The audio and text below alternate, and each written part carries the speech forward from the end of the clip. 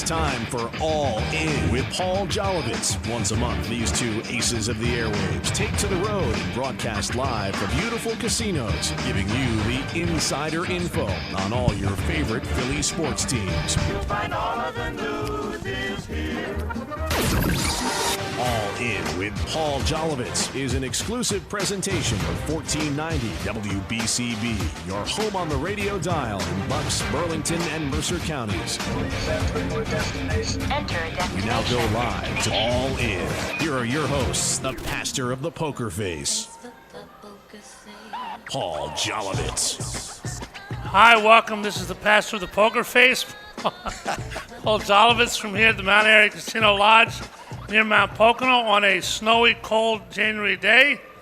We're here with All In. Going to have some fun with Chris Hermer, Mike Reichenbach of the Eagles, and some others talking sports and more for the next couple hours and talking about this wonderful place, Mount Airy. Chris, welcome. How are you? I'm great. Always good to be with you, Jolly, and a lot of great stuff to talk about. The Birds, NFL playoff football. Yep. It just doesn't get better than that. And then the Sixers mess. Got to talk about the Flyers a little bit, right? To me, you got to talk about the Flyers a lot more than the Sixers. Sixers don't deserve to be talked about, really. I mean, but we got something we got to talk about first. We'll talk about the Phillies, too. Unfortunately, an American icon passed away today. I'm old enough to have remembered when he was on The Tonight Show with Johnny Carson. He was Johnny Carson's favorite guest, probably. The broadcaster of the Milwaukee Brewers. You remember him from Major League, just a bit outside. The immortal Bob Uecker passed away today. May he rest in peace. Did you have a chance to see Bob Uecker at all? I mean, I just enjoyed his work, and what a funny guy. Had so many classic one-liners. Self-deprecating. And, the baseball world is going to miss Bob Uecker, and he was just good for the world in general. Brought humor. He was. But he was also very serious during a baseball game. He said if a game got out of hand, he would tell the stories and jokes, but if it was a real game, he wanted to devote it to the game. I think he knew when to be Bob and when to be Uke, if you know what I mean.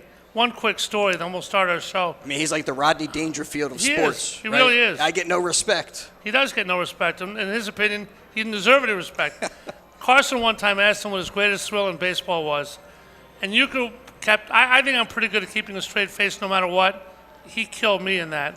And Carson knew he was going to get something hysterical. Uke said, "That's easy, John." I was at a spring training game one day, and Carson kind of raised his eyebrows. He said, man on second, I don't remember who we're playing, balls hit the center field, there's going to be a play at the plate. They throw to the plate, I slap the tag on, and he calls him out. And Johnny Carson says, "That's your greatest thrill in baseball?" And he said, "Yeah, it sure was." He goes, "Any particular reason why?" He goes, "Yeah, Sparky Anderson came out to argue the call, and he's going crazy, and I'm standing there watching, and the umpire's yelling at him. And wouldn't you know it, the next day in the paper, I'm on the front page. The argument's on the back, and I'm on the front page. I called my parents and said, I made the front page of the newspaper today, Mom and Dad." He just was unique, and said he got out of a rundown once, got intentionally walked by Sandy Koufax, 90 years old. May he rest in peace. Of course, the Phillies go to spring training February 11th in Clearwater. We'll talk about them a little bit as well. They need some additions to be anywhere near competitive with the Dodgers. And we'll see what Dave Dombrowski pulls out of his hat after the Jeff Hoffman signing with Toronto last weekend. But, Chris, we got an Eagle playoff game against the Rams on Sunday at 3 o'clock. Eagles favored by 6.5. The over-under 43.5. For those interested, we got a great sports book here at Mount Airy. We'll have Larry Muller, table games shift manager, to talk about sports betting and betting in general. What do you think about the Birds this Sunday? Well, I like the Eagles. Big favorite according to Vegas, which always makes me feel a little bit of comfort. Remember, but it's going to be a battle. They're handicapping you more than the game. The line maker is not saying, "I think the game is a 6.5-point line." He's saying, "I think you're going to bet it as a 6.5-point line to get 50-50 on either side." Would a weather game matter? Obviously, the Rams coming from L.A., the tragedies there.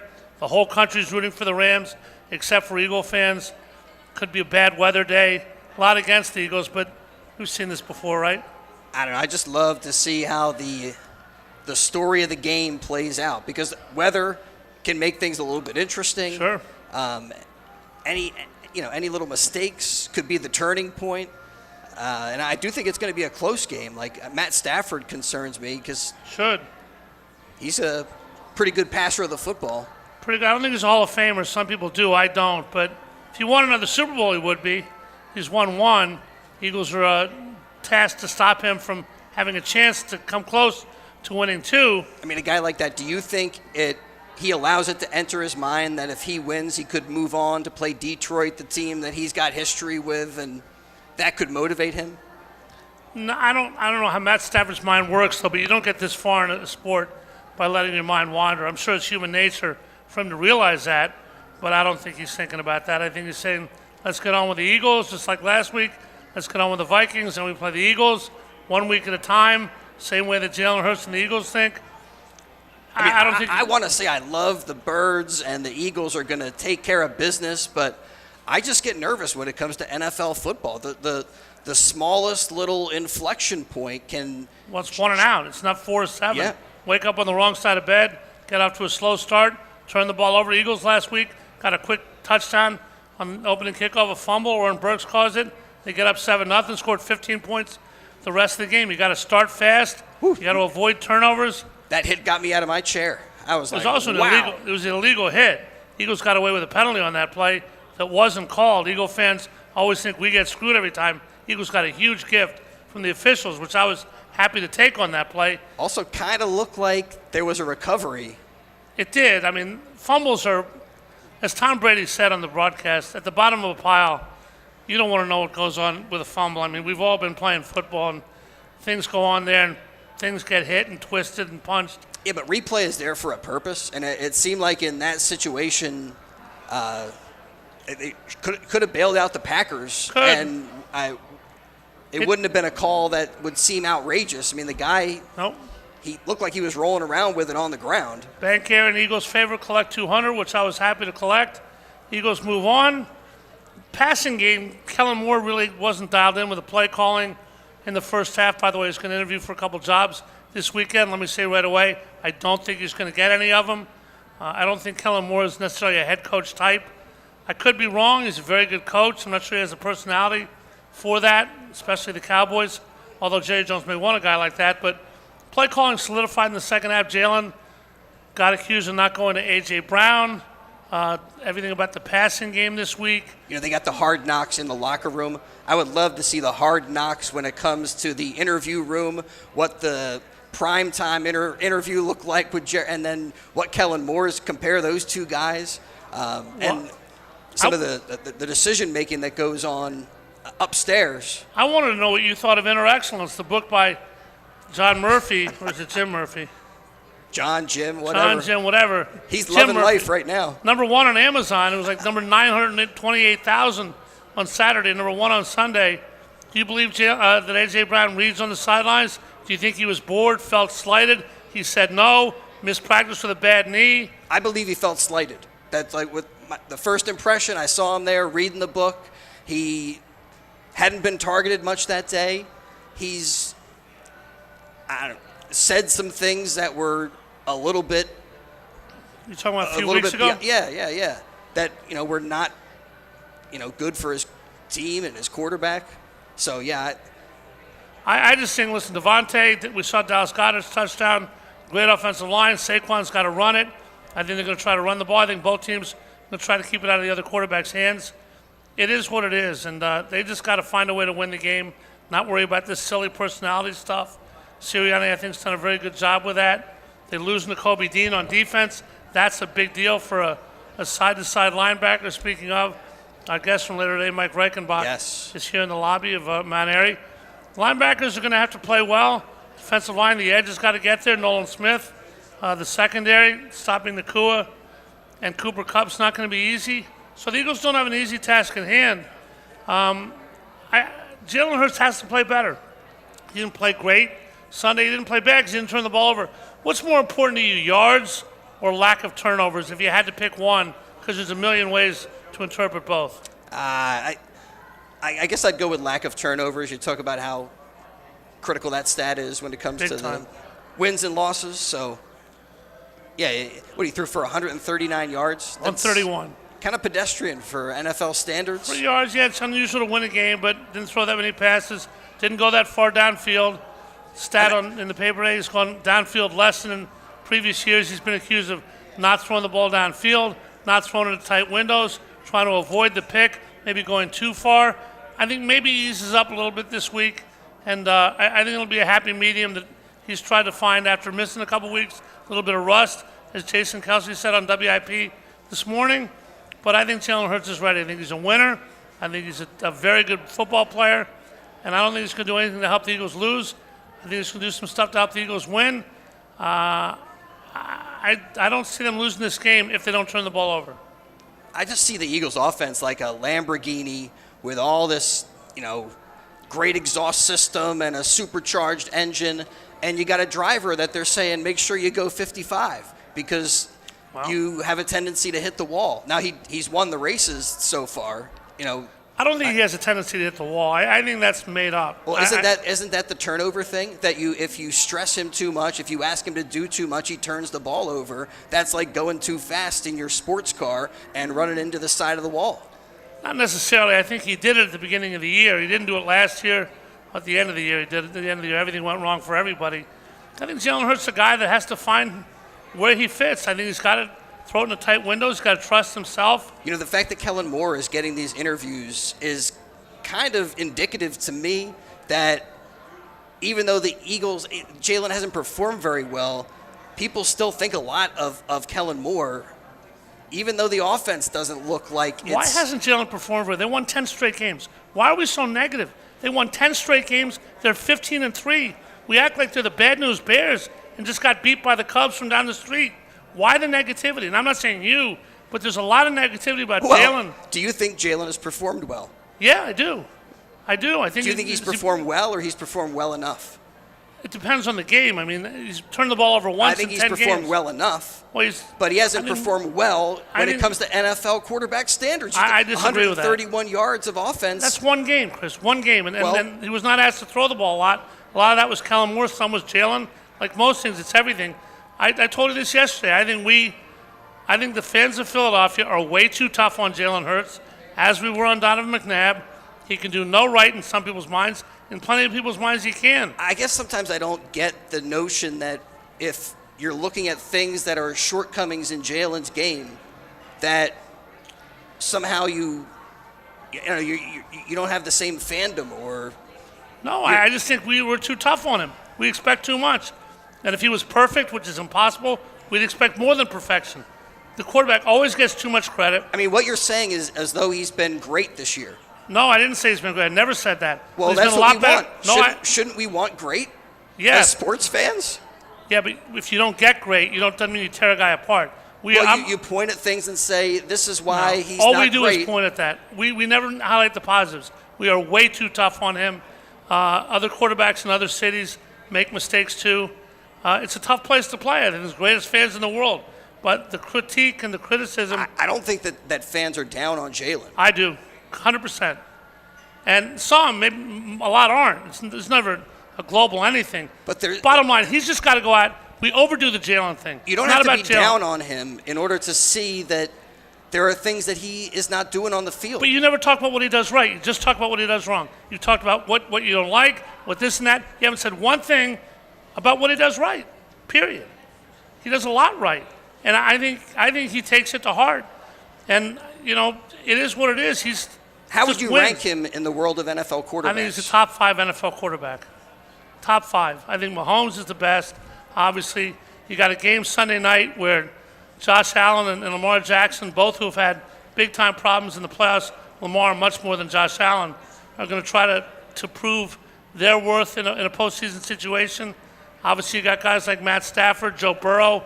The only two that I would say for sure, I would take over Jalen Hurts are Pat Mahomes and Joe Burrow. Lamar Jackson, I got to see what you do in the postseason.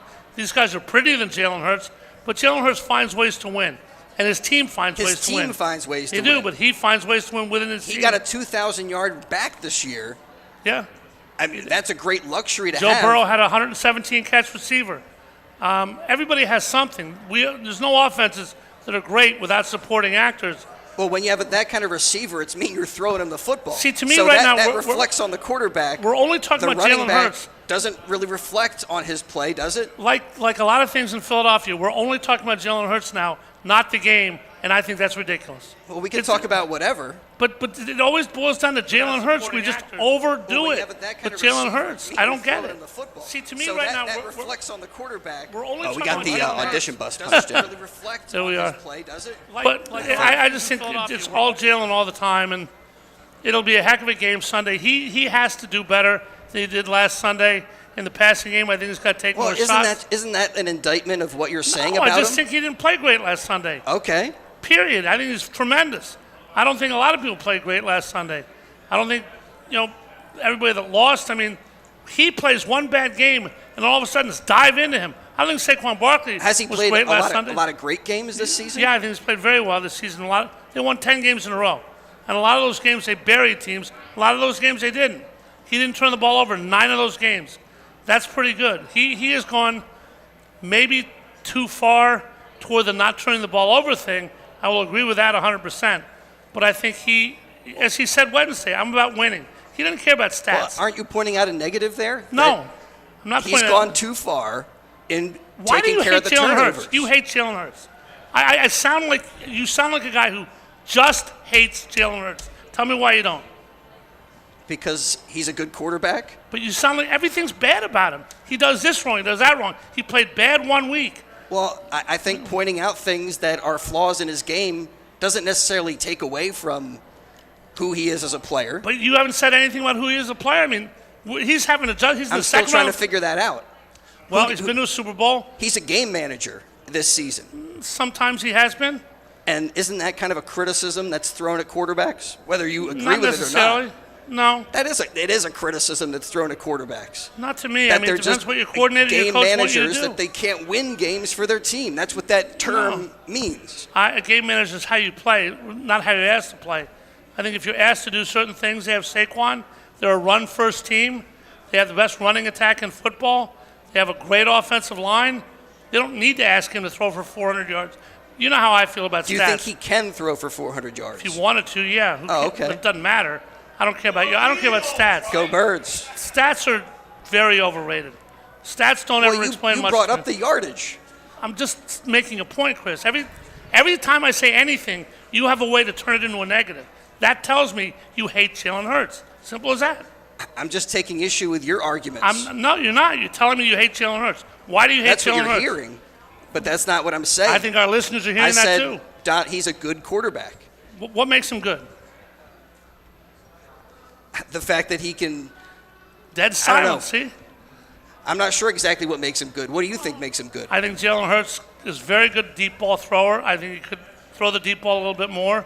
You think that Jalen Hurts is a good deep ball thrower? I think he's one of the best in the NFL, yeah. Okay. I think Jalen Hurts, he runs the ball.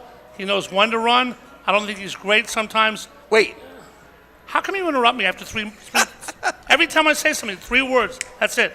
3 words. Well, I thought this was a discussion, like a debate. I have to discuss, I have to get my point across. When Jalen Hurts goes back in the pocket, sometimes he stays too long. He's a good deep ball thrower, but he never throws the deep ball. Yes, he does. How many explosive deep ball plays has he had this season? Not as many as he had before. Very, very few. If I interrupted you the amount of times you interrupted me, you'd be very angry. I'm telling you that right now. I got to be able to talk a little bit, don't I? Jalen Hurts is a guy who can throw the deep ball, hasn't been asked to as much by Kellen Moore, because I think in the first 4 games he wasn't good. The team wasn't good. They were 2-2. I think part of that, Chris, is probably because they had no preseason, because Nick Sirianni chose to play nobody, and the first month, as Bill Belichick said, is a new preseason. I don't know what caused it all. He was great 2 years ago. He wasn't great last year. This year he wasn't great the first 4. The jury's out, until you win a Super Bowl, the jury's out. And that's fair, and it's fair to criticize, as you are. I just think he gets too much criticism. I don't think we talk about the Eagles as a team enough. It's all Jalen all the time, and it almost masks the game. I think the Eagles are going to win Sunday. They're going to go to Detroit. That's the game where if we talk Jalen next week, you'd have an argument, because he may be asked to get into a shootout with Jared Goff. I hope not, but that's the game where you might have to see what he's like with a deep ball and plenty of others. We got a break? All right, we got to take a break. We'll come back, Chris Herman and I, talking Eagles. We're also going to talk Sixers. We could disagree about that as well. I'm just not a Sixer guy this year. I'm not sure why anybody else is. We'll find out about what Chris Herman thinks. Plenty of others. This is All In with Paul Jolovitz and Chris Herman from the beautiful Mount Airy Casino Resort at the heart of the Pocono Mountains near Mount Pocono. We'll be back right after this. Stay with us. Experience the extraordinary this winter at Mount Airy Casino Resort as Pennsylvania's first AAA four-diamond casino resort. Outside your room, you'll enjoy being rejuvenated at our relaxing spa, unwinding in our heated pool, or indulging in one of our world-class dining options. Enjoy over 70 table games and nearly 1,600 of the hottest slots. As one of USA Today's top 10 casino hotels, Mount Airy Casino Resort will provide an unparalleled getaway in the heart of the Pocono Mountains. The fun heats up in February when we get you road trip ready by earning a different road trip essential each Saturday. Earn entries all month long, and you can win amazing prizes in our Winter Wonder Draw and March Magic Drawings. Visit MountAiryCasino.com to book your getaway today. All guests must be 21 years of age or older. Gambling problem? Call 1-800-GAMBLER. Hey BCWSA customers, this is Tommy Green from the 1993 National League Champion Phillies. My friends at BCWSA are committed to providing us with safe, reliable water and sewer services. They operate state-of-the-art treatment facilities, provide clean drinking water, and make much-needed investments to protect our environment and ensure a sustainable future. Learn how BCWSA's investments help grow and serve our communities. Visit bcwsa.net. BCWSA, prove it.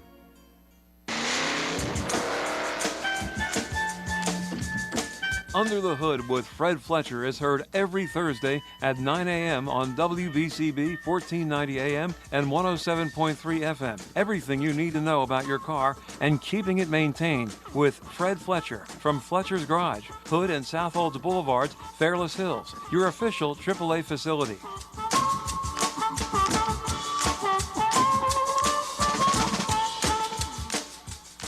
Join hosts Paul Domowitch and Paul Jolovitz this and every Monday from 6 to 7 p.m. for the Independence Blue Cross Monday Night Kickoff Show live from the Great American Pub in Conshohocken. Join the Paws as they'll have a different Eagles alumni guest each week and break down the team's upcoming matchup. It's the Independence Blue Cross Monday Night Kickoff Show live from the Great American Pub in Conshohocken right here on 1490 WBCB and 107.3 FM.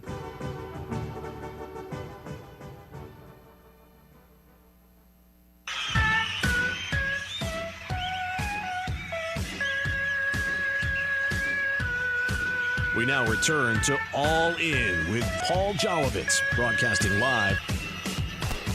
All righty, remember to experience extraordinary this winter at Mount Airy Casino Resort.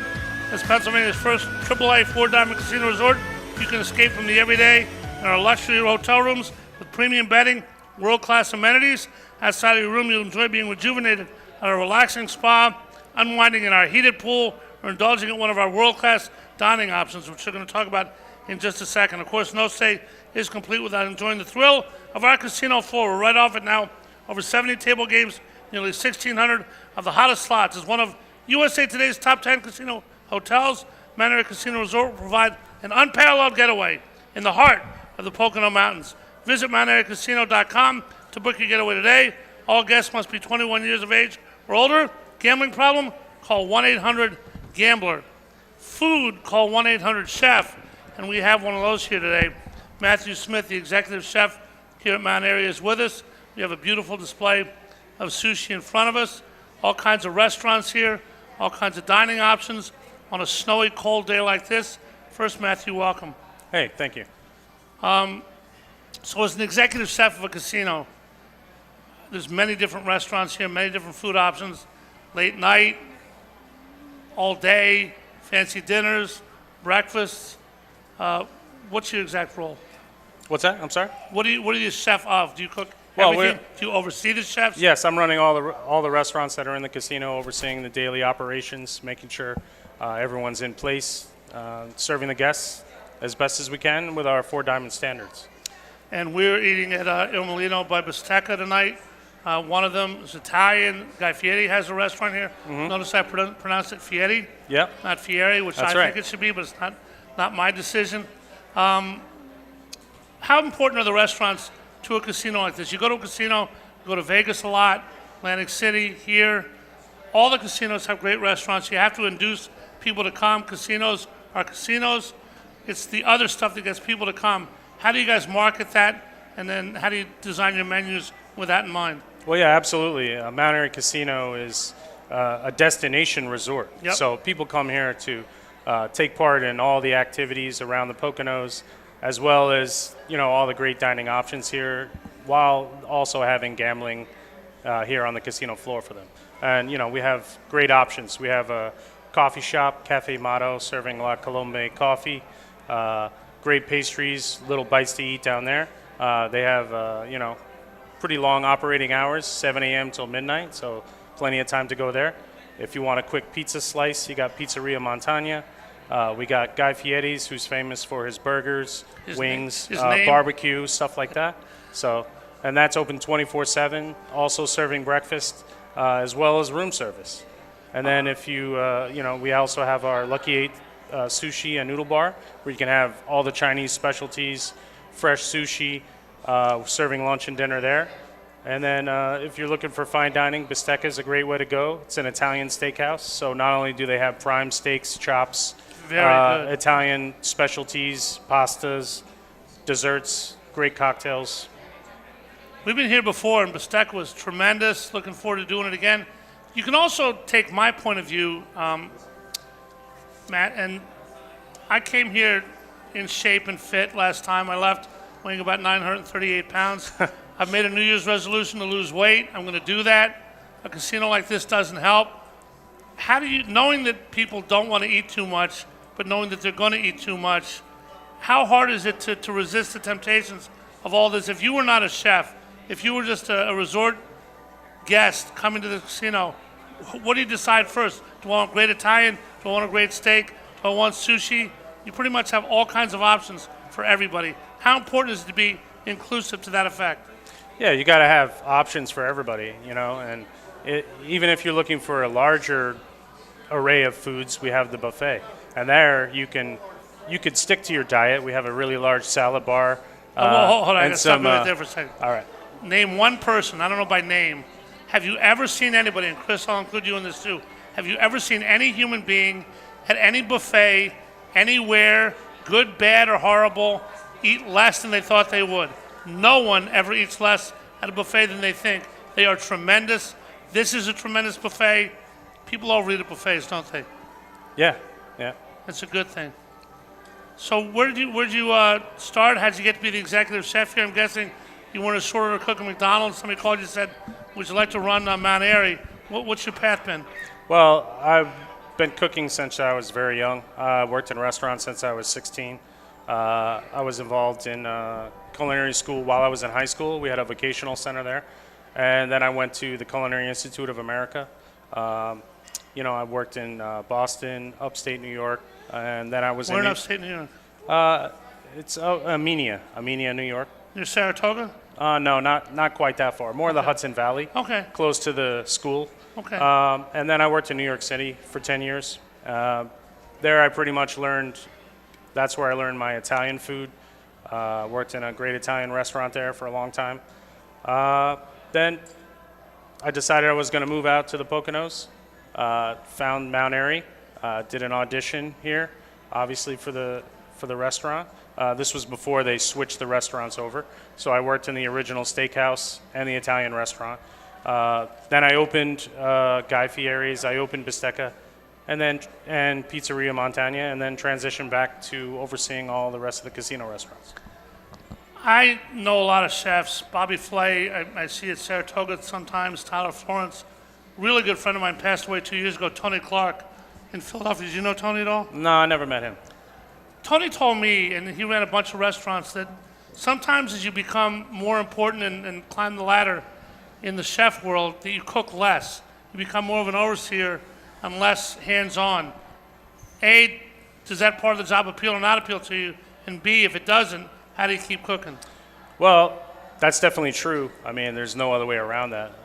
But as you climb the ladder, obviously you take on more responsibility, and really you have to work through other people, so delegation is really important. But you still keep your same standards, and you're still making sure that those who work for you are working at the same level.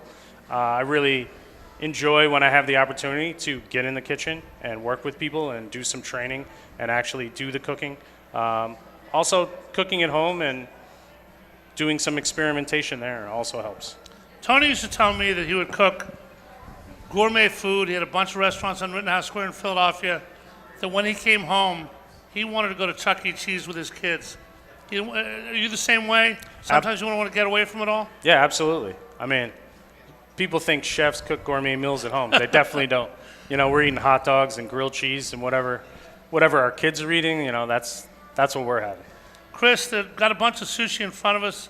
I'm not a good person to rate this because I love all sushi. It looks absolutely delicious. All kinds of great rolls. What do you think of this stuff? It looks awesome. What's a chef audition like? Well, it could be done a couple of different ways. Sometimes they do it like a mystery basket, like chopped. Yeah. Or like you go into a kitchen and there's a basket there, and wow. Sometimes. You watch Chopped, Chris? Sometimes, yeah. Or you can present them a menu and they'll have the ingredients for you, and then you get a certain length of time. You produce those courses and you serve it to the GM, the owner, the food and beverage director. With like a private tasting, and you're there. Do they give you feedback? Yep. Sounds like kind of stressful.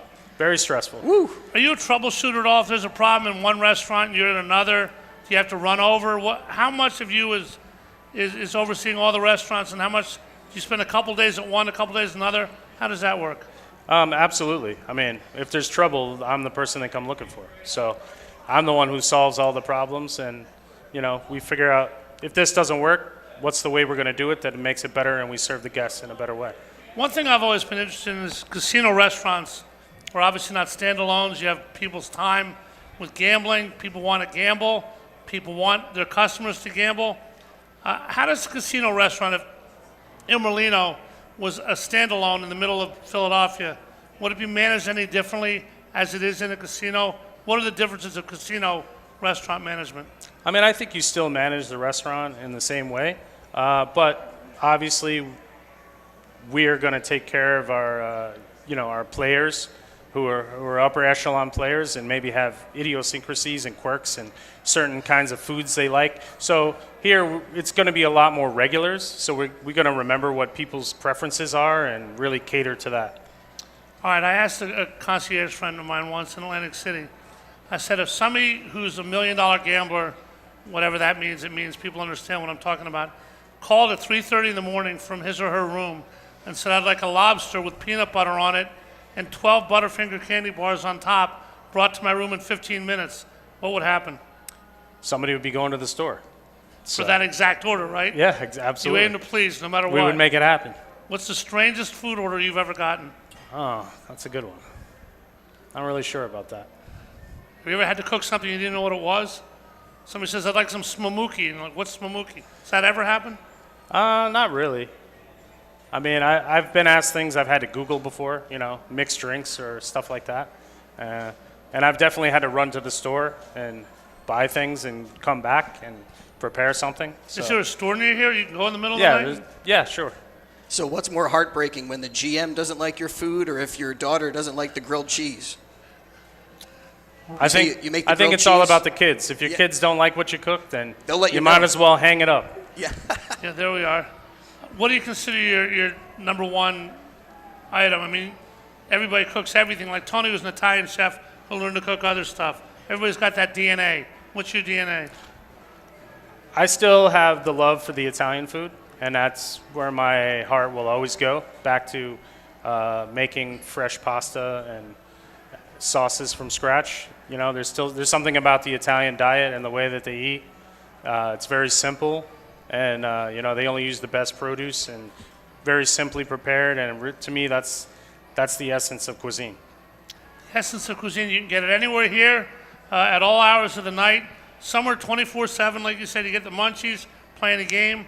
There's always a place to go. Now, for something like sushi, do you bring in like a specialist? Sushi chef. Yeah, we have sushi chefs, and we also have other people that we've trained along the way to, and all this stuff is made from hand, made by hand to order and everything. So room service 24/7. You get any kind of food you want anytime you want. yeah, we have they have selections of breakfast, burgers, simple items like that are available. Chef, what kind of maki rolls do we have here? This is like a shrimp tempura thing. Maki, wow, got Yeah. the sushi verbiage.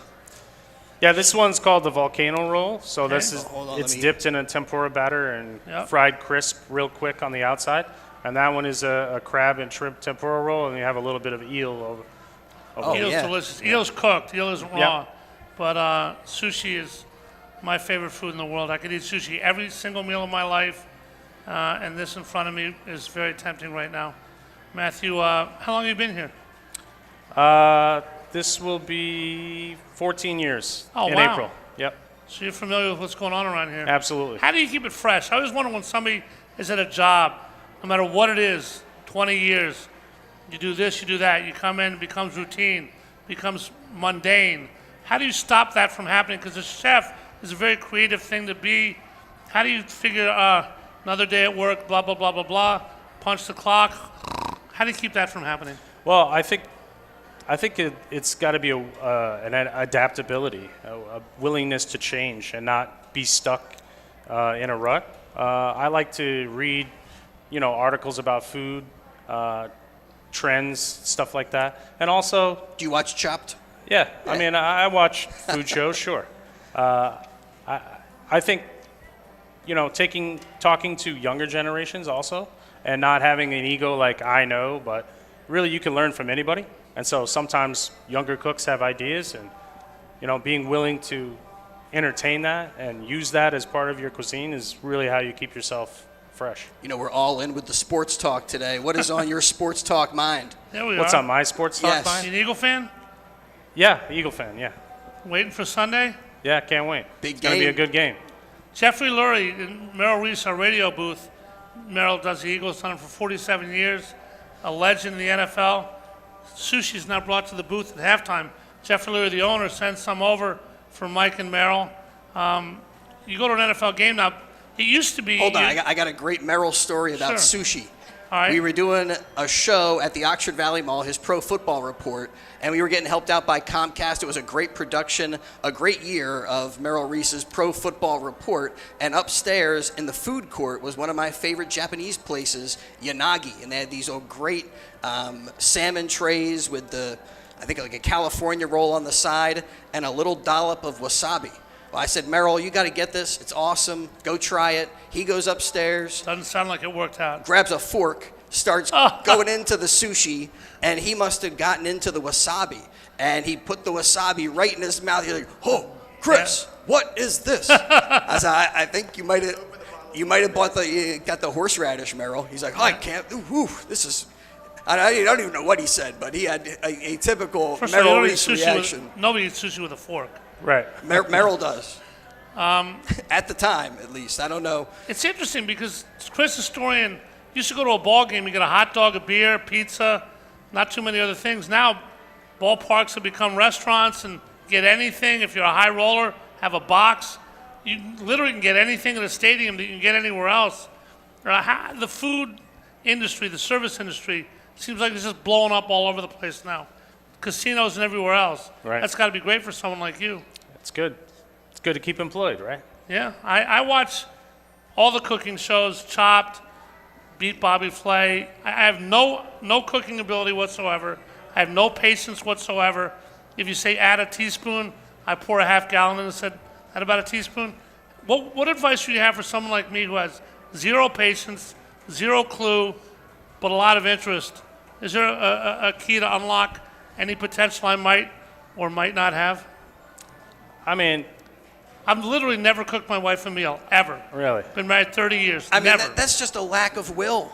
I think I mean, it's not even hard to cook, Jolly. I think It's if you not hard at ever all. watch the movie Ratatouille, Like, that's unbelievable. You ever see that movie? You can't put Anyone a pot could cook? of, like some pasta. I kind of believe in that philosophy. I think it's true. I'd Yeah. ruin it. I'd ruin everything. Maybe at a different level, but like you could make a grilled cheese probably, right? Yeah, everybody can cook. Maybe. I mean, I would over grill the bread. What kind of bread you like?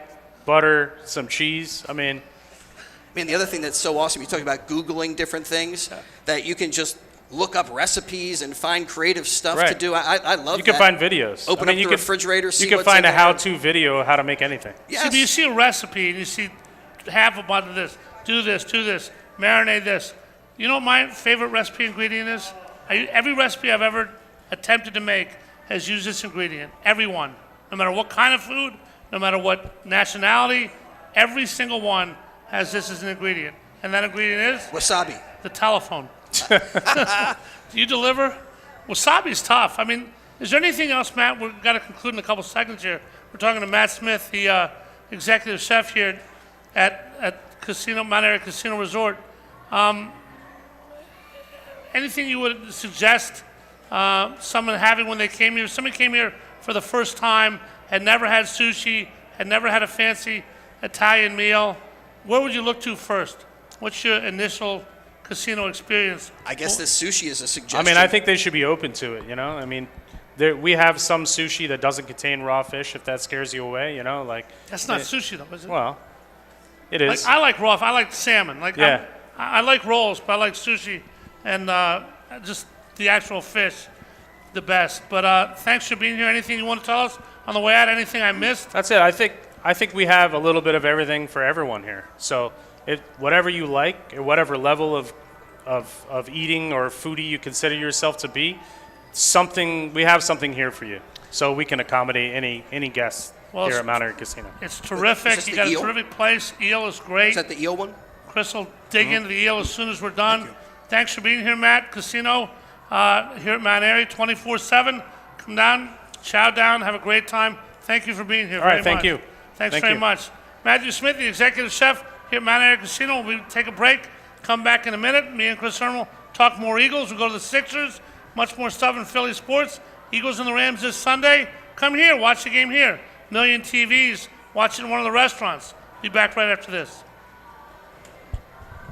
Experience the extraordinary this winter at Mount Airy Casino Resort as Pennsylvania's first AAA four-diamond casino resort. Outside your room, you'll enjoy being rejuvenated at our relaxing spa, unwinding in our heated pool, or indulging in one of our world-class dining options. Enjoy over 70 table games and nearly 1,600 of the hottest slots. As one of USA Today's top 10 casino hotels, Mount Airy Casino Resort will provide an unparalleled getaway in the heart of the Pocono Mountains. The fun heats up in February when we get you road trip ready by earning a different road trip essential each Saturday. Earn entries all month long, and you can win amazing prizes in our Winter Wonder Draw and March Magic Drawings. Visit MountAiryCasino.com to book your getaway today. All guests must be 21 years of age or older. Gambling problem? Call 1-800-GAMBLER.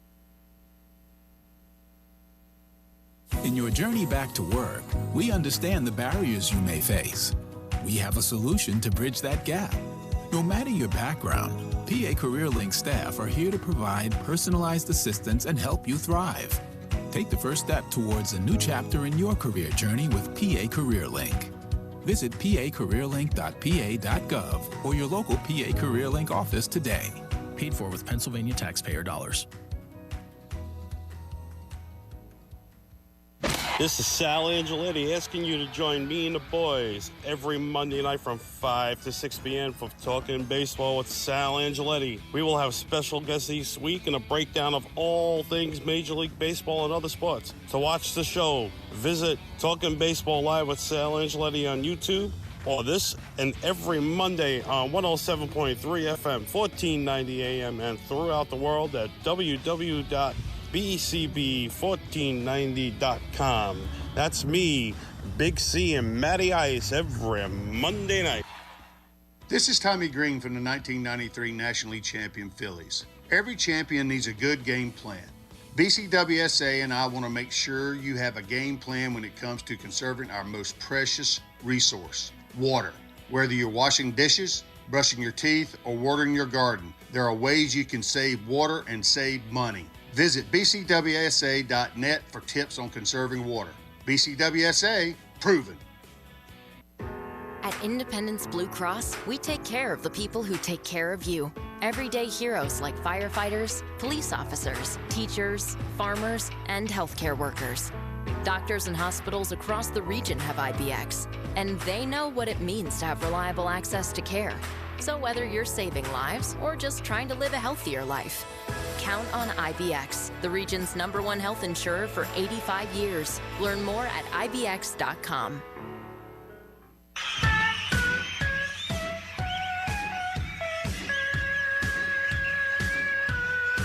We now return to All In with Paul Jolovitz, broadcasting live.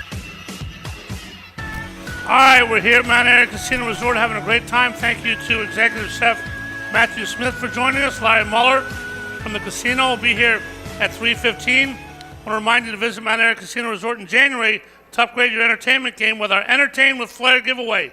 Stop by each Saturday through January 25th to earn a new piece. On Fridays, you can earn up to $100 in free slot play just by playing with your rewards card. The fun heats up in February, and we'll get your road trip ready by earning a different road trip each Saturday. Earn entries all month long. You can win amazing prizes in our Winter Wonder Draw and March Magic drawings. Don't forget about our complimentary vow renewal on February 15th. Valentine's Day is around the corner, folks. For more details, visit MountAiryResort.com. Must be 21 or older. Gambling problem, call 1-800-GAMBLER. Paul Jolovitz here with Chris Irmer. It's All In. Got a question for you about, someone was on a couple nights ago, Chris. I call it fake golf. It's golf, but simulator golf. New thing Tiger Woods and Rory McIlroy are spearheading. I love golf. I love to watch golf. I love every sport. I watched this twice now, and I've been bored out of my mind both times. Have you tried it yet? I stumbled across it, and I quickly exited. So we're in a total agreement on that one, huh? Pretty goofy, and I don't know. I don't get it. So I get it. I just can't get into it. Tiger Woods says golf. No, it's not golf. It's simulator golf. You can have the fanciest simulator in the world. I mean, we have technology here. You can go into space, have technology there, but you have to like it first. Isn't that a key to anything, no matter how fancy it is? You got to like the general idea. Well, I also think maybe there's something more they can do with it, where they can put some 3D imaging around some of the shots and really pull you into the action, and have the golfers themselves standing in what looks like part of the actual course instead of a studio space that it looked like they were doing their thing from in front of a big screen. Yeah, it didn't deliver. Good idea. I mean, maybe you can. I guess for the golf fanatic, maybe great to see Tiger come back out again. Even the idea of, what was it, like Palo Alto against L.A. or Jupiter. What were they? Jupiter Golf Links. Yeah. Versus Los Angeles. What? I mean, they're trying too hard. They are trying too hard. That's a try hard. All right, another group that's trying too hard, or maybe not trying enough. I know you have a very stringent opinion on this. I tend to share it.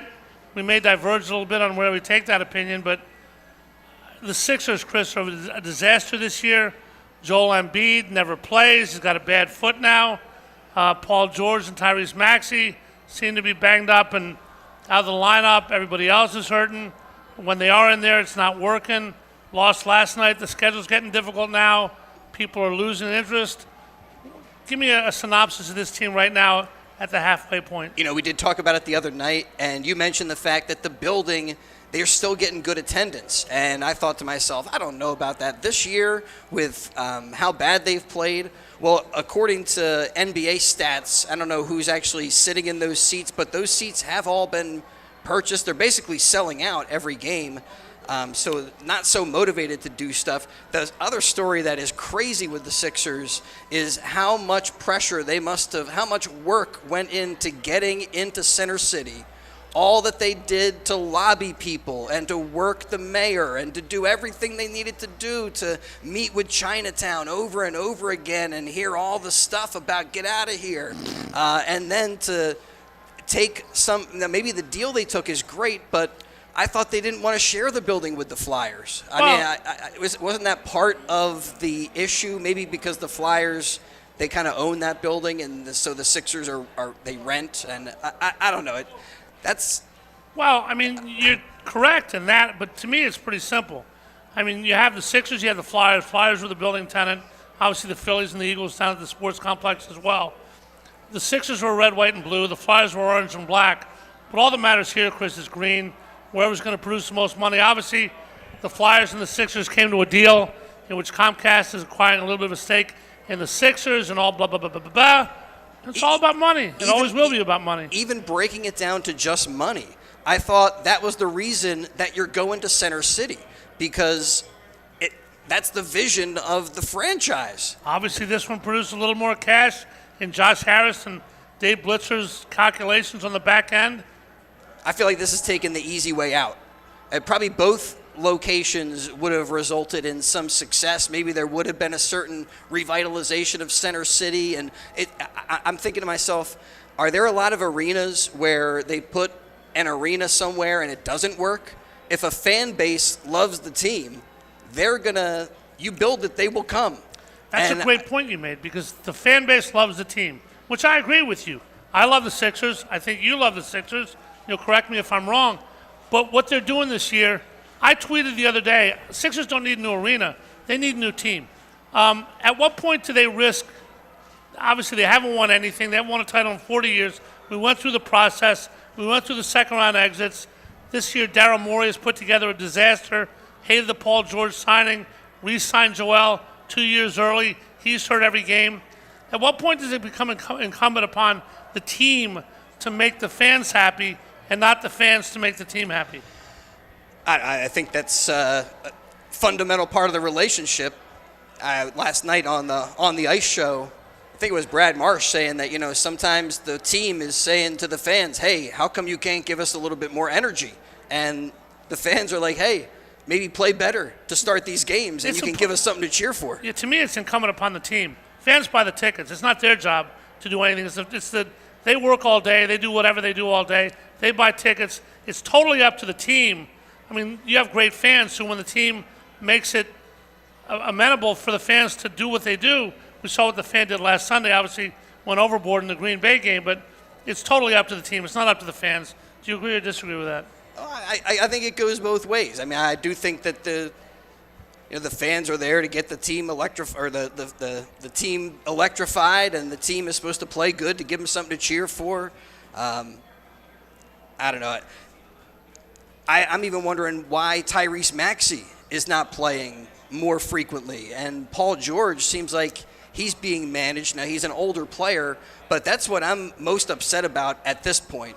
I feel like whatever they did with Joel, they gave him the contract, and they knew his knee was bad, went into the Olympics, did his thing over the summer, but he's hurt now. Like, his knee he's foot. Damaged goods with foot right now, but Everything, then the knee comes up every time he plays a little bit more frequently. That pops up on him. So that seems like there's something fundamentally wrong with his knee. Yeah.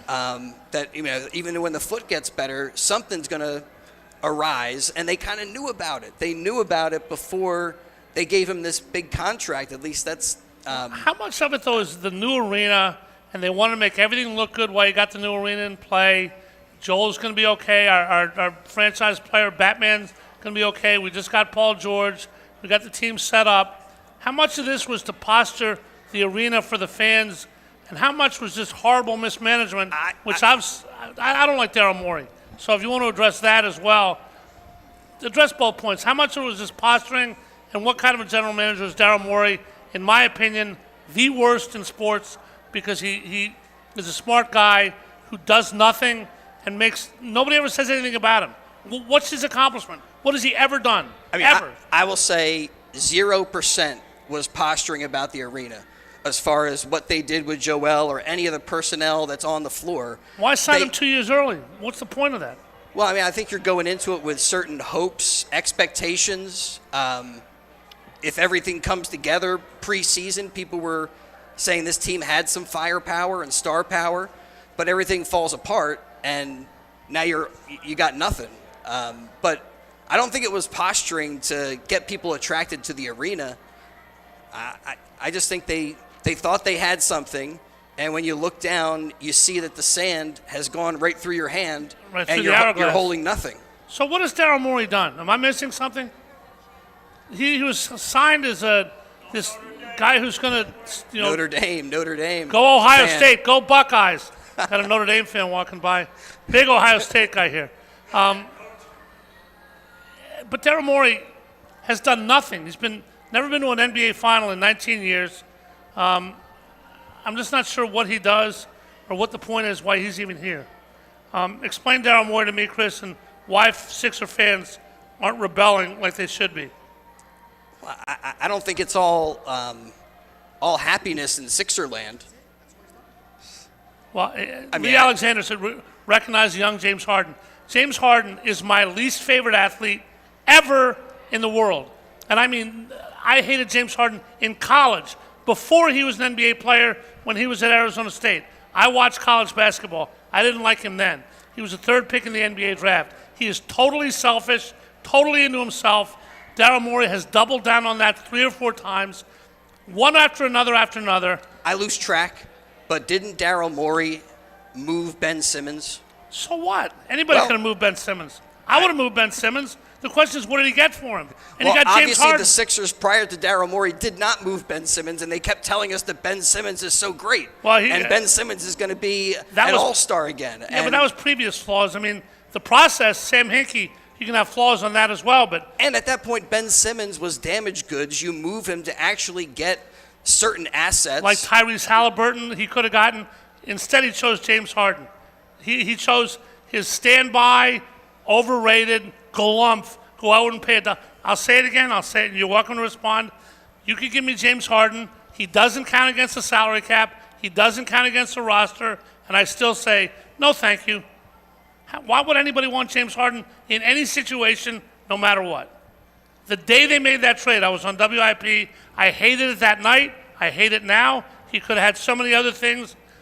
He just hasn't made this team better. There's an accountability to me, to Morey and to everybody else in sports and life. You got to win. You got to do something with it. Whatever job you have, you got to make that job and make your situation better. Has he made the Sixers situation better? No, in my opinion.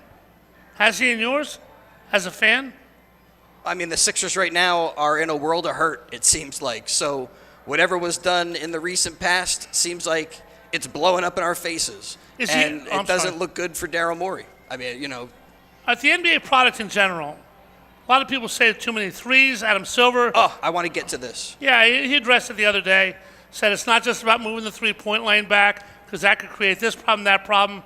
Interest is down in the NBA. Three-point shots are up. Obviously here, with the Sixers failing, it's worse than others. But go ahead.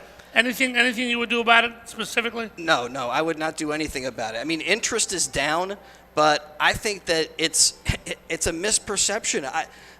The three-point shooter has gotten so good that in the past it was, I don't know, maybe you're getting 50% from 2 and 30% from 3. But if you're getting 40+% from 3, that's how you win. Well, that's how you win. Nobody does that. Well, I mean, teams are shooting close to 40% from 3. Teams are shooting much, much better. And you compare that to 2 points to 3 points, it's a math equation. But and basketball has figured out that you need to shoot three-pointers. But if that bores your fans, what do you do about it? This is entertainment. It's not just a sport. It's a sport. I don't understand that. Like, basketball fans love the three-point shot. Obviously besides the slam dunk, the other thing that was the most watched thing when it came to All-Star Weekend is the three-point contest. Well, the best of the best. That's one thing. But that's who everybody is now. But why is attendance down? Why is viewership down? You can ignore it and say, well, we're going to keep playing our game. Screw you. Or you can say, maybe we have a problem. What is the problem? How do we fix it?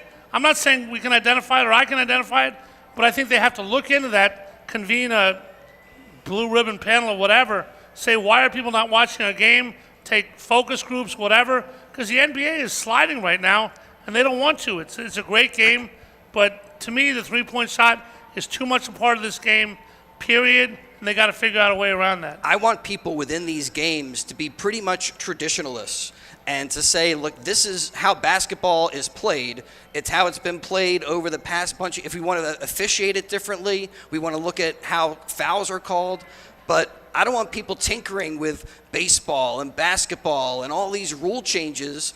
It's an evolution of the basketball player that has made the game different at the NBA level because the guys are so good. 3 is much better than 2. By the way, I want to ask you this question before we take a break. We can talk about this more later on. Sean Smith's been named the ref for the Eagles-Rams game Sunday. He ejected CJ GJ a few weeks ago. Eagle fans are up in arms. I have no problem with Sean Smith officiating this game. I had no problem with him ejecting CJGJ. Don't scream at the ref. That's the formula. Don't react. You have any problem with Sean Smith as a ref? Much ado about nothing? I love the refs. Seriously. I think officials are such a critical part of everything that they don't get enough credit. Well, I guess we're kind of in, but you're on one side, I'm probably in the middle. Eagle fans, a lot of them are on the other side. We got to take a quick break here. We're here at the Mount Airy Casino Resort. Chris Herman and I are right off the casino floor. We're going to have Larry Muller, 3:15 from the casino. Ben Jones at 3:30 from BCWSA. Mike Reichenbach at 4. We're having a great time. A lot of energy, a lot of action on a cold, snowy Pocono day. We'll be back with All In right after this. Stay with us. You're listening to 1490 WBCB and on your FM dial at 107.3 W297CL Levittown. Increase its chance of survival. And Los Angeles County Public Works Director Mark Pastrella says rains are expected later this month, meaning potential flooding. We are already pre-deploying labor forces into the area to make sure that the flood control system's ready, as well as our street system is ready, again, as much as possible. Fire officials say the Palisades wildfire is at least 22% contained, but all evacuation orders and any curfews remain in effect. I'm Donna Water. Israeli Prime Minister Benjamin Netanyahu's office says his cabinet won't meet to approve the agreement for a ceasefire in the Gaza Strip and the release of dozens of hostages until Hamas backs down. Israel is accusing the group of reneging on parts of the agreement in an attempt to gain further concessions. Bob Uecker, the voice of his hometown Milwaukee Brewers, has died. He was 90. Uecker's family said he had battled small cell lung cancer since early 2023. Federal health officials are backing the health benefits of nicotine pouches, ruling that Philip Morris's International Zen can help adult smokers cut back or quit cigarettes. The Food and Drug Administration has approved the sales of 10 different Zen flavors. This is AP News. Are you 50 or older? This news is for you. The CDC now recommends you get vaccinated against pneumococcal pneumonia. Even if you're healthy, your age puts you at risk. People 50 or older are over 6 times more likely to be hospitalized with pneumococcal pneumonia compared to adults 18 to 49. Just one shot can help protect you. Learn more and schedule at vaxassist.com. That's VAXassist.com. Sponsored by Pfizer. Drivers who switch and save with Progressive could save hundreds. With that kind of money, you could go big time and skip the regular line at the airport and pay for speedy security. Imagine not having to quickly unpack and pack at the place you already came packed to. And wearing your shoes the whole time you're there? You can't put a price on that kind of luxury. Well, actually you can, and you paid for it. Switch to Progressive and you could save big time for speedy security. Progressive Casualty Insurance Company and affiliates, not available in all states. Potential savings will vary. There's an erupting volcano in Hawaii. Eager visitors were flocking to Hawaii Volcanoes National Park to get a glimpse of fountaining lava. The eruption that began on December the 23rd in a crater at the summit of Kilauea volcano has paused periodically. It resumed Wednesday morning as a small, sluggish lava flow and then increased into a fountain that appeared to be about 200 feet high. That's according to the Hawaiian Volcano Observatory. By the afternoon, visitors to the national park on the Big Island were able to see 2 fountains from an overlook. The observatory said it was possible fountain heights would increase as more gas-rich lava erupted. I'm Karen Shamas. And viewer audiences for the first weekend of NFL playoffs were down 9% from last year. That's a bigger decline than what the league experienced during the regular season. Yeah. I'm Mike Hempen, AP News. Here we go.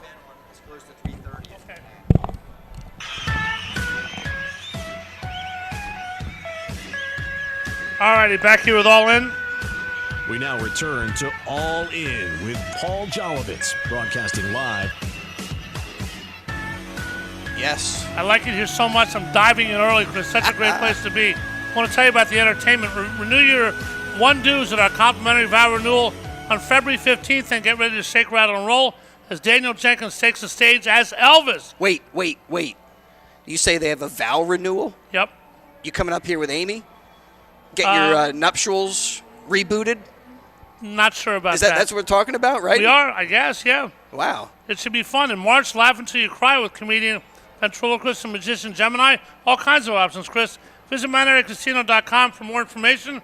Grab your tickets today. All guests must be 21 years of age or older. Gambling problem?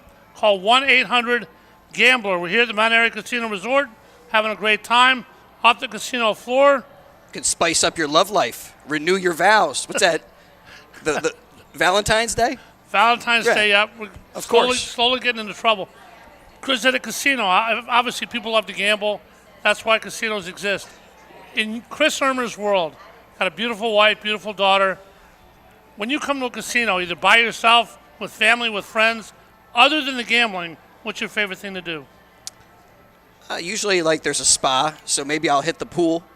They got a great spot here. You know, this is our second time at the Mount Airy Casino, and the first time we were here, I didn't get a chance really to stay long.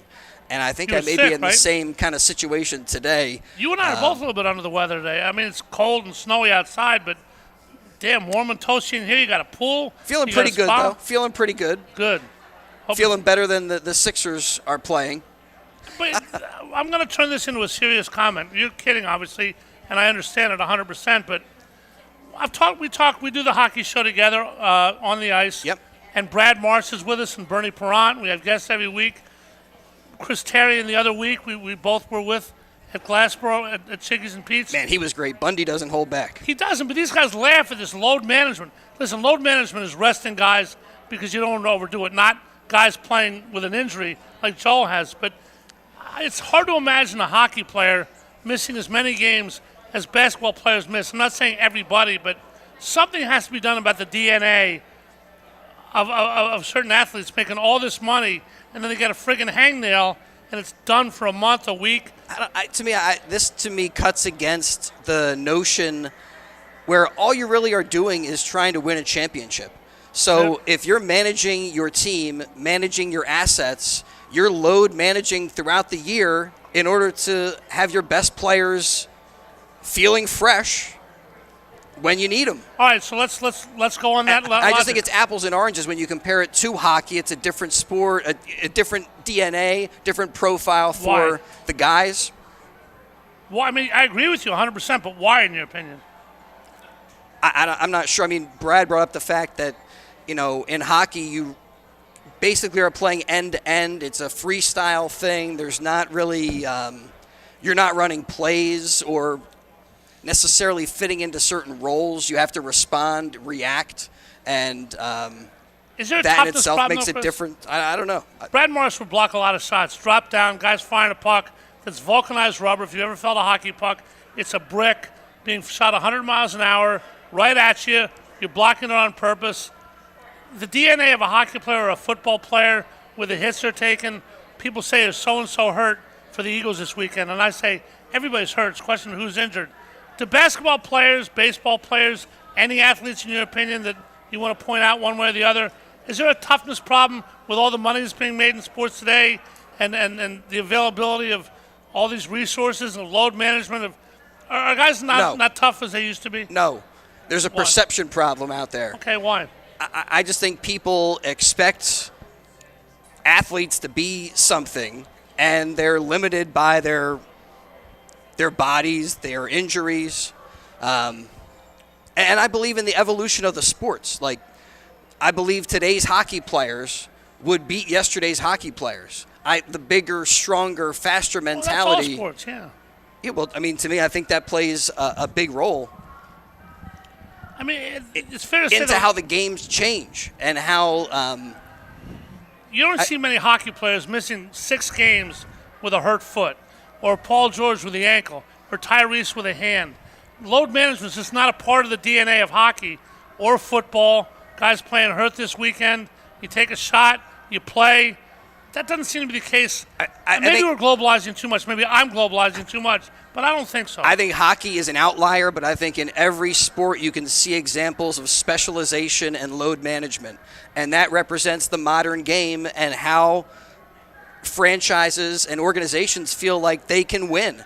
It's by managing those elements throughout the season I mean, even in football, right? Your defensive lineman now, a 4-down defensive lineman is a rarity because almost non-existent. Everybody moves in and moves out. In the world of baseball, everybody, why doesn't anybody pitch 9 innings anymore? Because that's not the way to get the most out of your guys, according to the experts that are out there on the field. And I just think there's that evolution of different games and sports, and people want it to be the way it used to be, more fighting in hockey or whatever. And you look at the skill that's out there, I think it's better than it has been before. Skill, I agree with you with. There's something I wanted to ask you. I want to ask you now. We're going to bring Larry on in a second, who's going to have some answers for a lot of this stuff.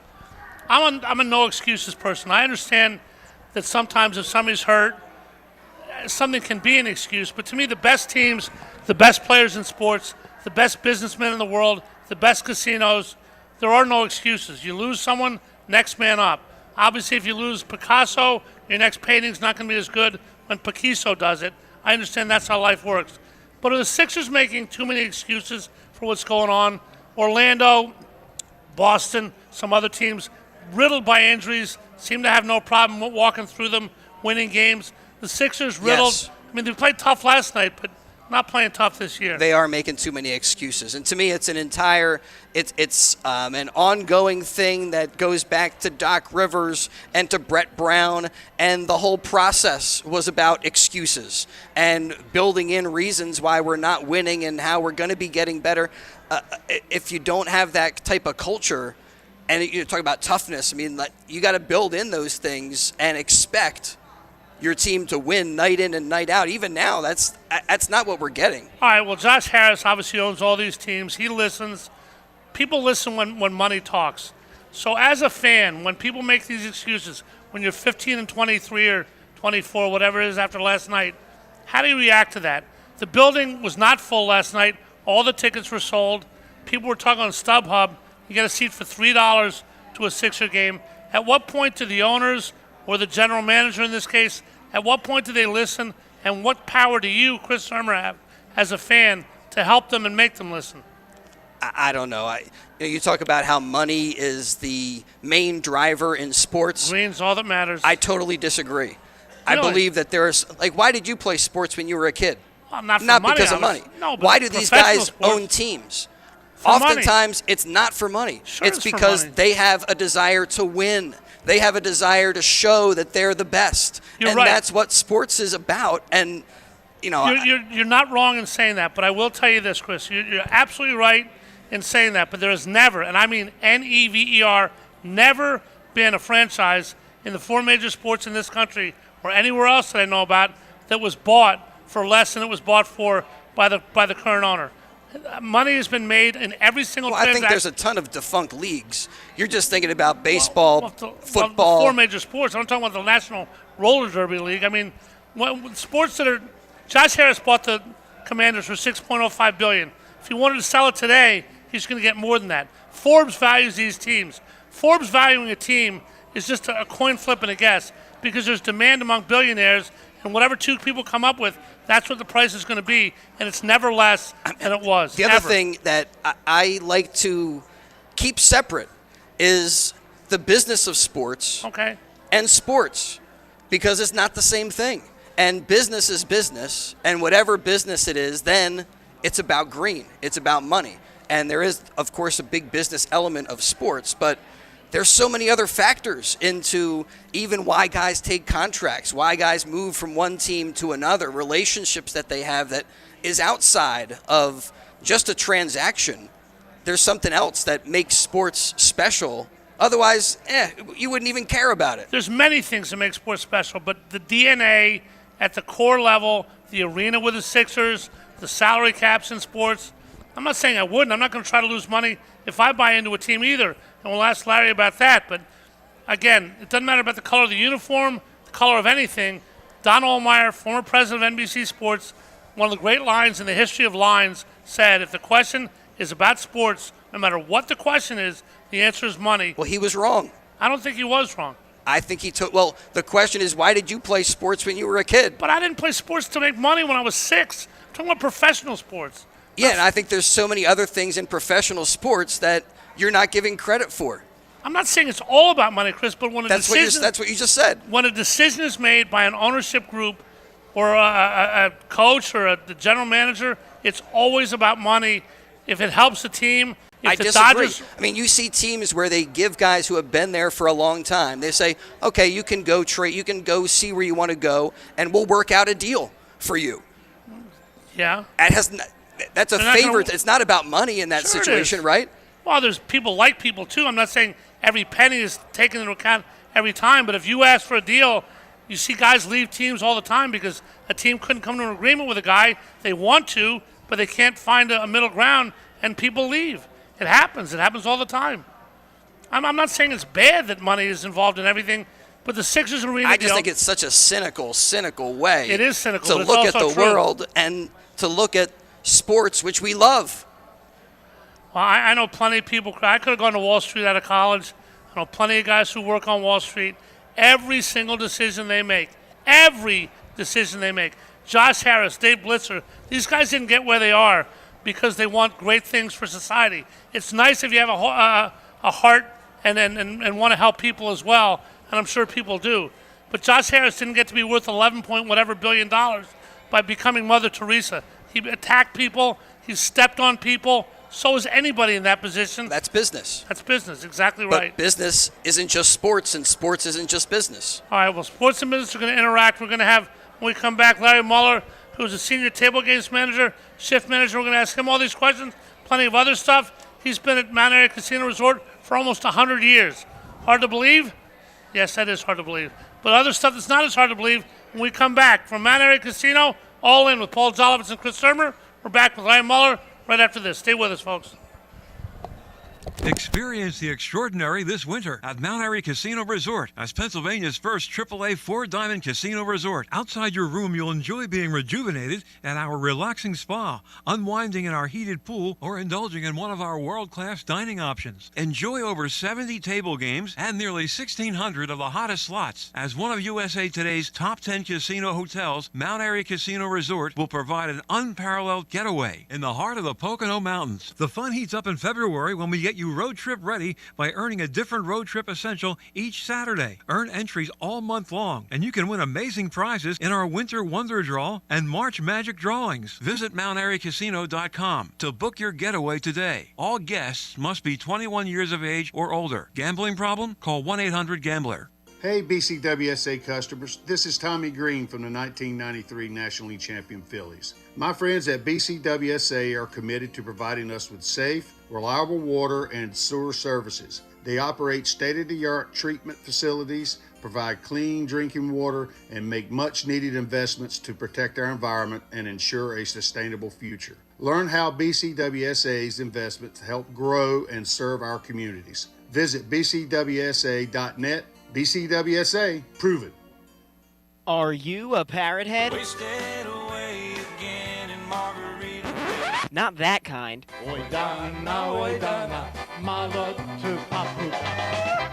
That's more like it.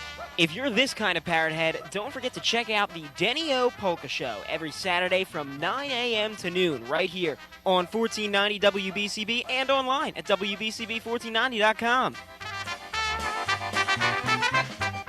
Serving Bucks, Burlington, and Mercer counties since 1957, WBCB can help your business grow. If you want to gain more exposure locally, contact us at 215-949-3232. That's 215-949-3232. Or contact Matt at WBCB1490.com. That's Matt at WBCB1490.com. WBCB Radio. Here today, here yesterday, and here tomorrow. Now on 107.3 FM as well as 1490 AM. Join host Paul Domowitch and Paul Jolovitz this and every Monday from 6 to 7 p.m. for the Independence Blue Cross Monday Night Kickoff Show live from the Great American Pub in Conshohocken. Join the Paws as we'll have a different Eagles alumni guest each week and break down the team's upcoming matchup. It's the Independence Blue Cross Monday Night Kickoff Show live from the Great American Pub in Conshohocken right here on 1490 WBCB and 107.3 FM.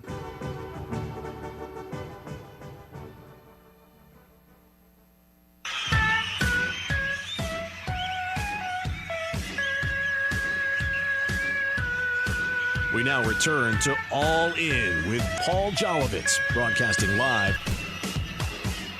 Alrighty, we are here live at Mount Airy Casino Resort. It's 72 degrees or thereabouts inside, about 125 below outside, and snowing near Mount Pocono, which makes this a great place to be. You got spas, you got food, and you got games. You have gambling. You have all kinds of games. You have a sports book. You have everything you want. I'm going to play poker later, and we got a guy here we had last time, Larry Muller, the senior table games and shift manager, joining us. Larry, how are you doing today? Good. How are you, Jolly? Good. We're talking down in the break, Chris and you and myself, about sports and money. I don't know if you wanted to throw something in there. You work in sports and money, obviously in a casino, dealing with a lot of different things. How do you feel about that Don Allmeyer statement in general and specifically? I think, as running a business, anytime you're running a business, any decision that you're going to make comes down to the bottom dollar, whether you're trying to increase your profitability by saving money or you're willing to spend money to make more money. Somebody came in here and said, hey, Larry, Eagles are a 6.5-point favorite Sunday. I'd like to bet them at a pick because I'm a valued customer. Give me 6 points off the line. I'd like to bet $20 million. Would you do it? No, I would not. Because I'm obviously making a ridiculous example, but the bottom line is you're going to do what makes money for your bosses, right? Correct. And tell everybody what you exactly do. What's a shift manager, sports book? What's your areas of oversee, and what kind of fun is it for you?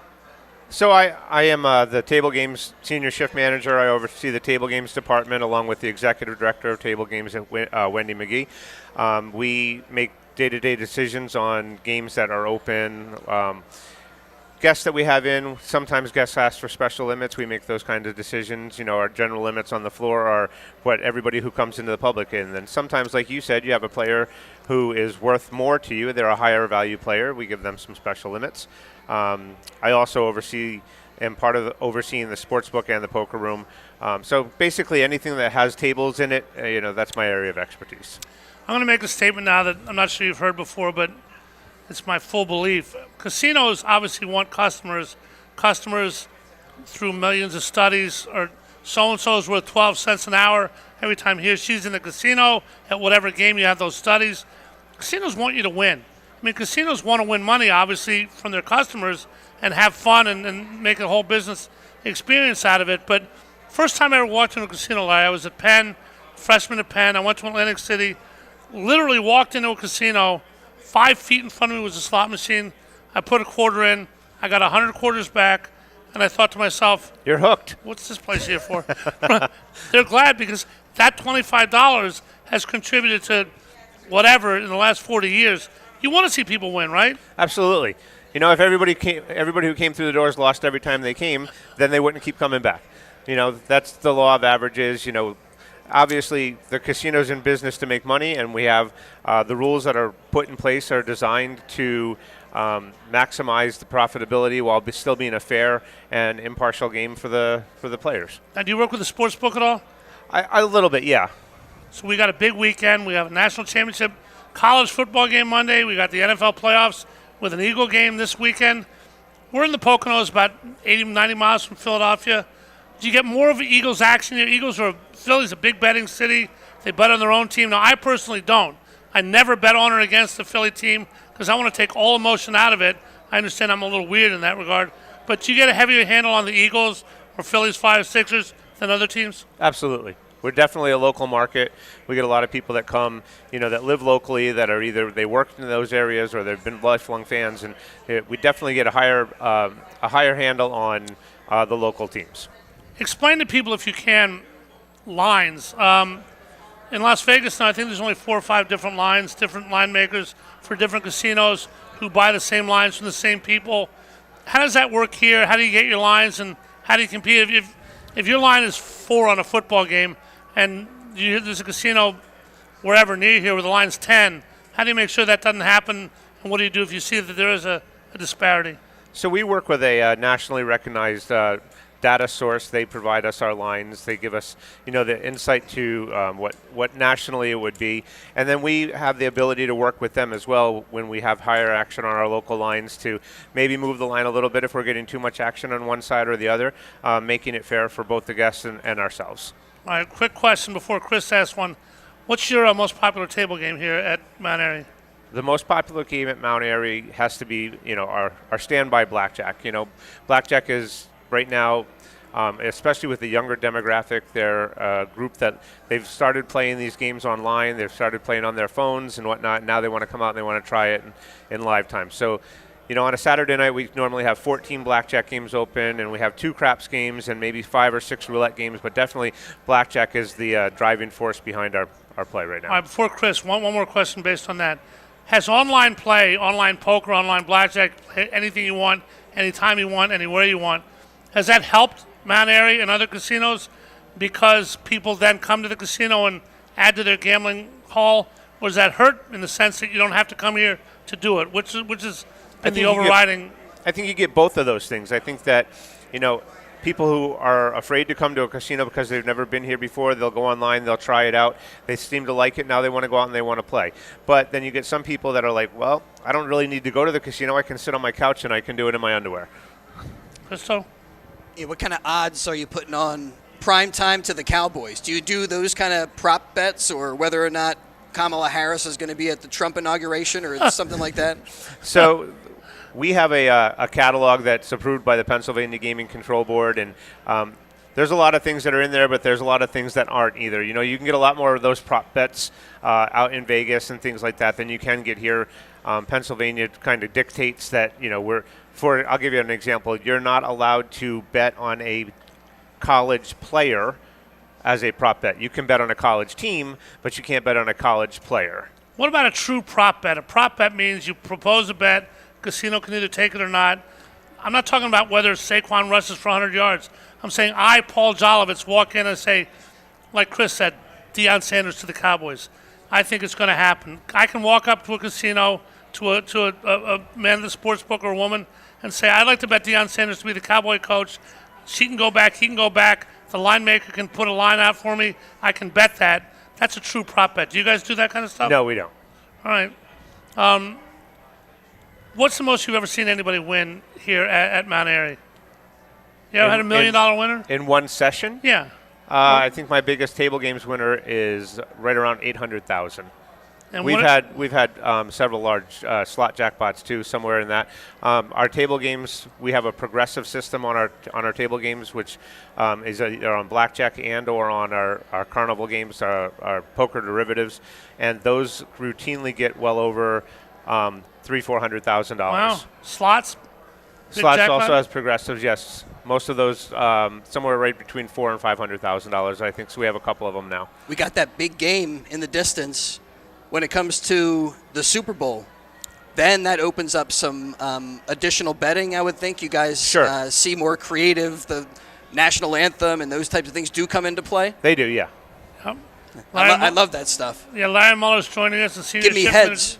Give you heads on the national anthem? On the coin flip. But stuff like the national anthem, it always intrigues me that people know an answer to that. I mean, a human being is singing the national anthem, and a human being knows how long it's going to be. Maybe they're off a couple seconds. But bets that are somehow known by people and can be placed at that, do you limit action when there's no true randomness to a particular bet? Yes. It's a smart thing to do.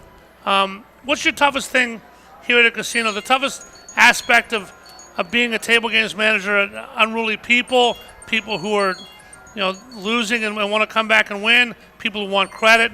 Look at Jolly's screensaver. He's getting a call. There we are. You got the poker it's game. Not my screensaver. It's his screensaver. Oh, this is you? That's him. What? The person I'm getting a call from is all kinds of poker cards. That's their screensaver, not mine. But he's a casino person. When they call you, that's their his little picture comes up? Yeah, if he called you, the same thing would come up on your phone. Yeah, I don't have a fancy phone. So, what is it, Larry, about this? I mean, what's your biggest challenge in doing what you do? Honestly, I think the biggest challenge for us as a department is, it's a constant flow of staff, and we're constantly training dealers. We have a blackjack school going on upstairs right now. We're one of the few casinos in the state that we have not only a blackjack or a dealing school on property, but we actually pay people to go to school. Wow. So they can come in, they can become an employee of Mount Airy, they can learn how to deal. They get a small stipend to go to those classes, but they also then, have the opportunity to become a dealer where they can make more money. I don't want to beat a dead horse, but ever since COVID, I think you ask most business owners or business operators, and one of the biggest challenges we have is maintaining a good staffing level. All right, well, you said that, and we asked Matt, the executive chef earlier. He's been here 14 years. You've been here a while now, too. How long have you been here? 15 years. All right, so when you come to work, a big problem, whether it's Mike Tomlin with the Steelers, whether it's the CEO of ABC Incorporated, who's bored out of his mind, been there 40 years, you got to have something new. We all want challenges when we come to work every day. We always want something new, something we've never seen before. You've been here 15 years. How do you keep your job fresh? How do you keep it from just punching the clock, going home, rolling your eyes and saying, I got to do it again tomorrow? Because that's key to any job. So table games is a pretty unique area where we're constantly looking to improve our floor. We're looking to make changes. We'll put a game on the floor, and if it doesn't do well, then we'll take it off and we'll put something else on.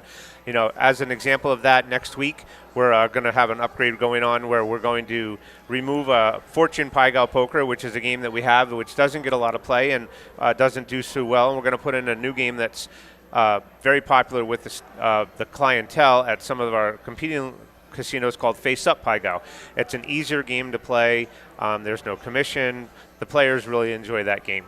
We're also going to change one of our games over to it's a game called Ultimate Texas Hold'em, which is a little bit more of a player-friendly game.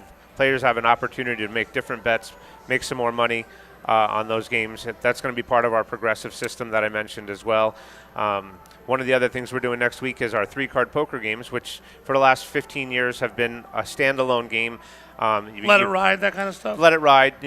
Let it ride is currently part of our progressive, and next week 3-card poker will be part of our progressive as well. All right. Now, for me personally, I really appreciate the nice folks here at Mount Airy have allowed me at a blackjack table. I can't bust unless I go over 35. Do you do that for many people? No, definitely not. Do you ever get ridiculous requests? I got $12 million. I want to do this. I want to do that. And you want to be nice to them. You want to take their money. You want to make them have a great time, but you don't want to say yes.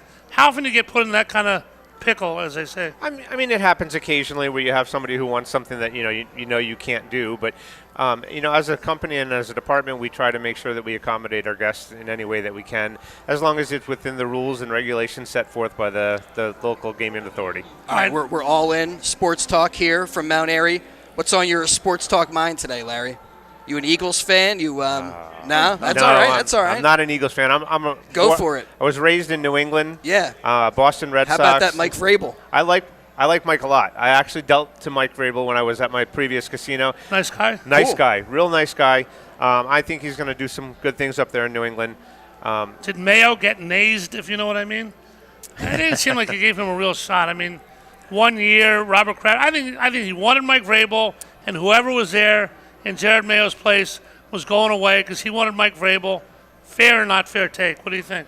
I think it's pretty fair. I think that I think Gerard Mayo might have been a little bit too friendly with his staff, and I think they wanted not necessarily to go back to a Bill Belichick regime, but something a little bit more like that.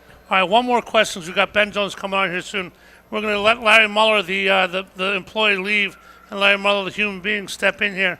Bill Belichick goes to North Carolina, which surprised a lot of people, myself included. You rooting for him to do well down there, not do well? You angry with him for leaving? He won you 12,000 Super Bowls. What's your opinion on Belichick? I think Bill Belichick should do Bill Belichick. He should go and have some fun and do what he's going to do.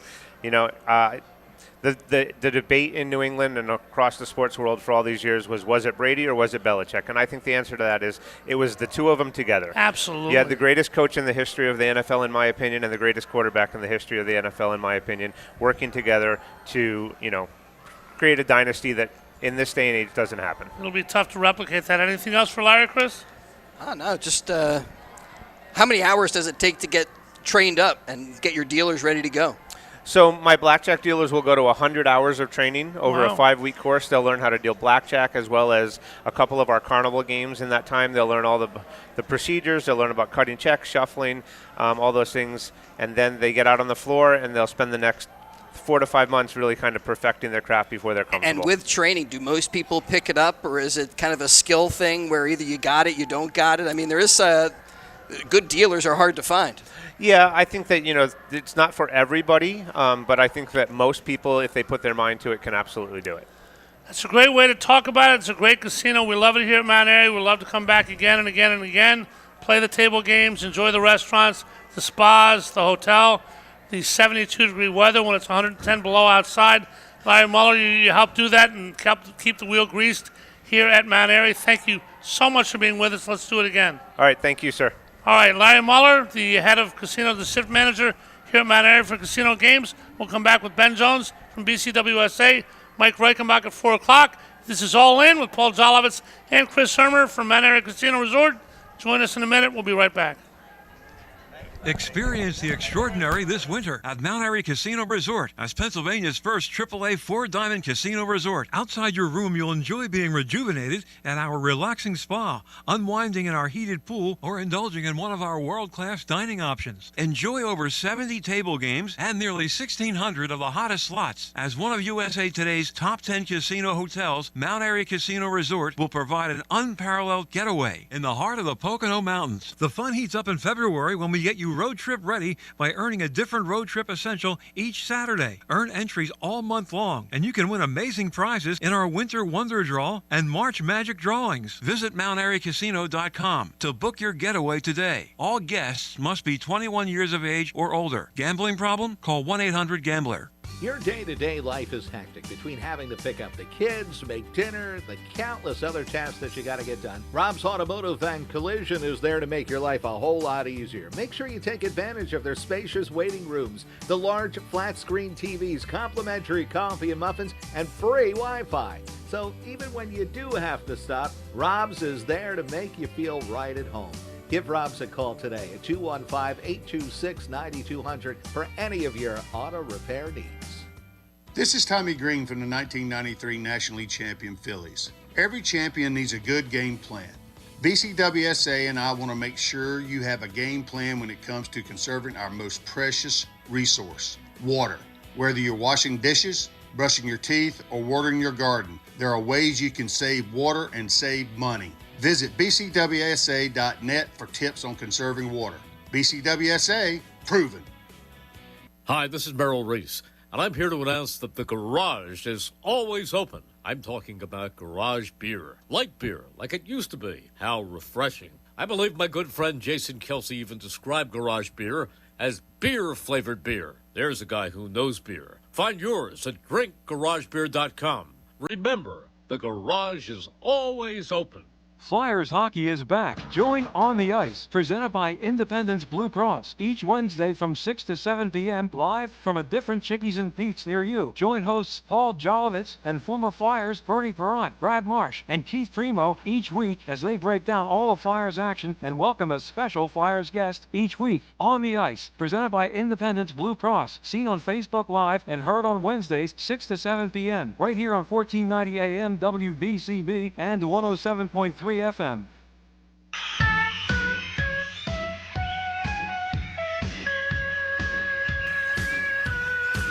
We now return to All In with Paul Jolovitz, broadcasting live.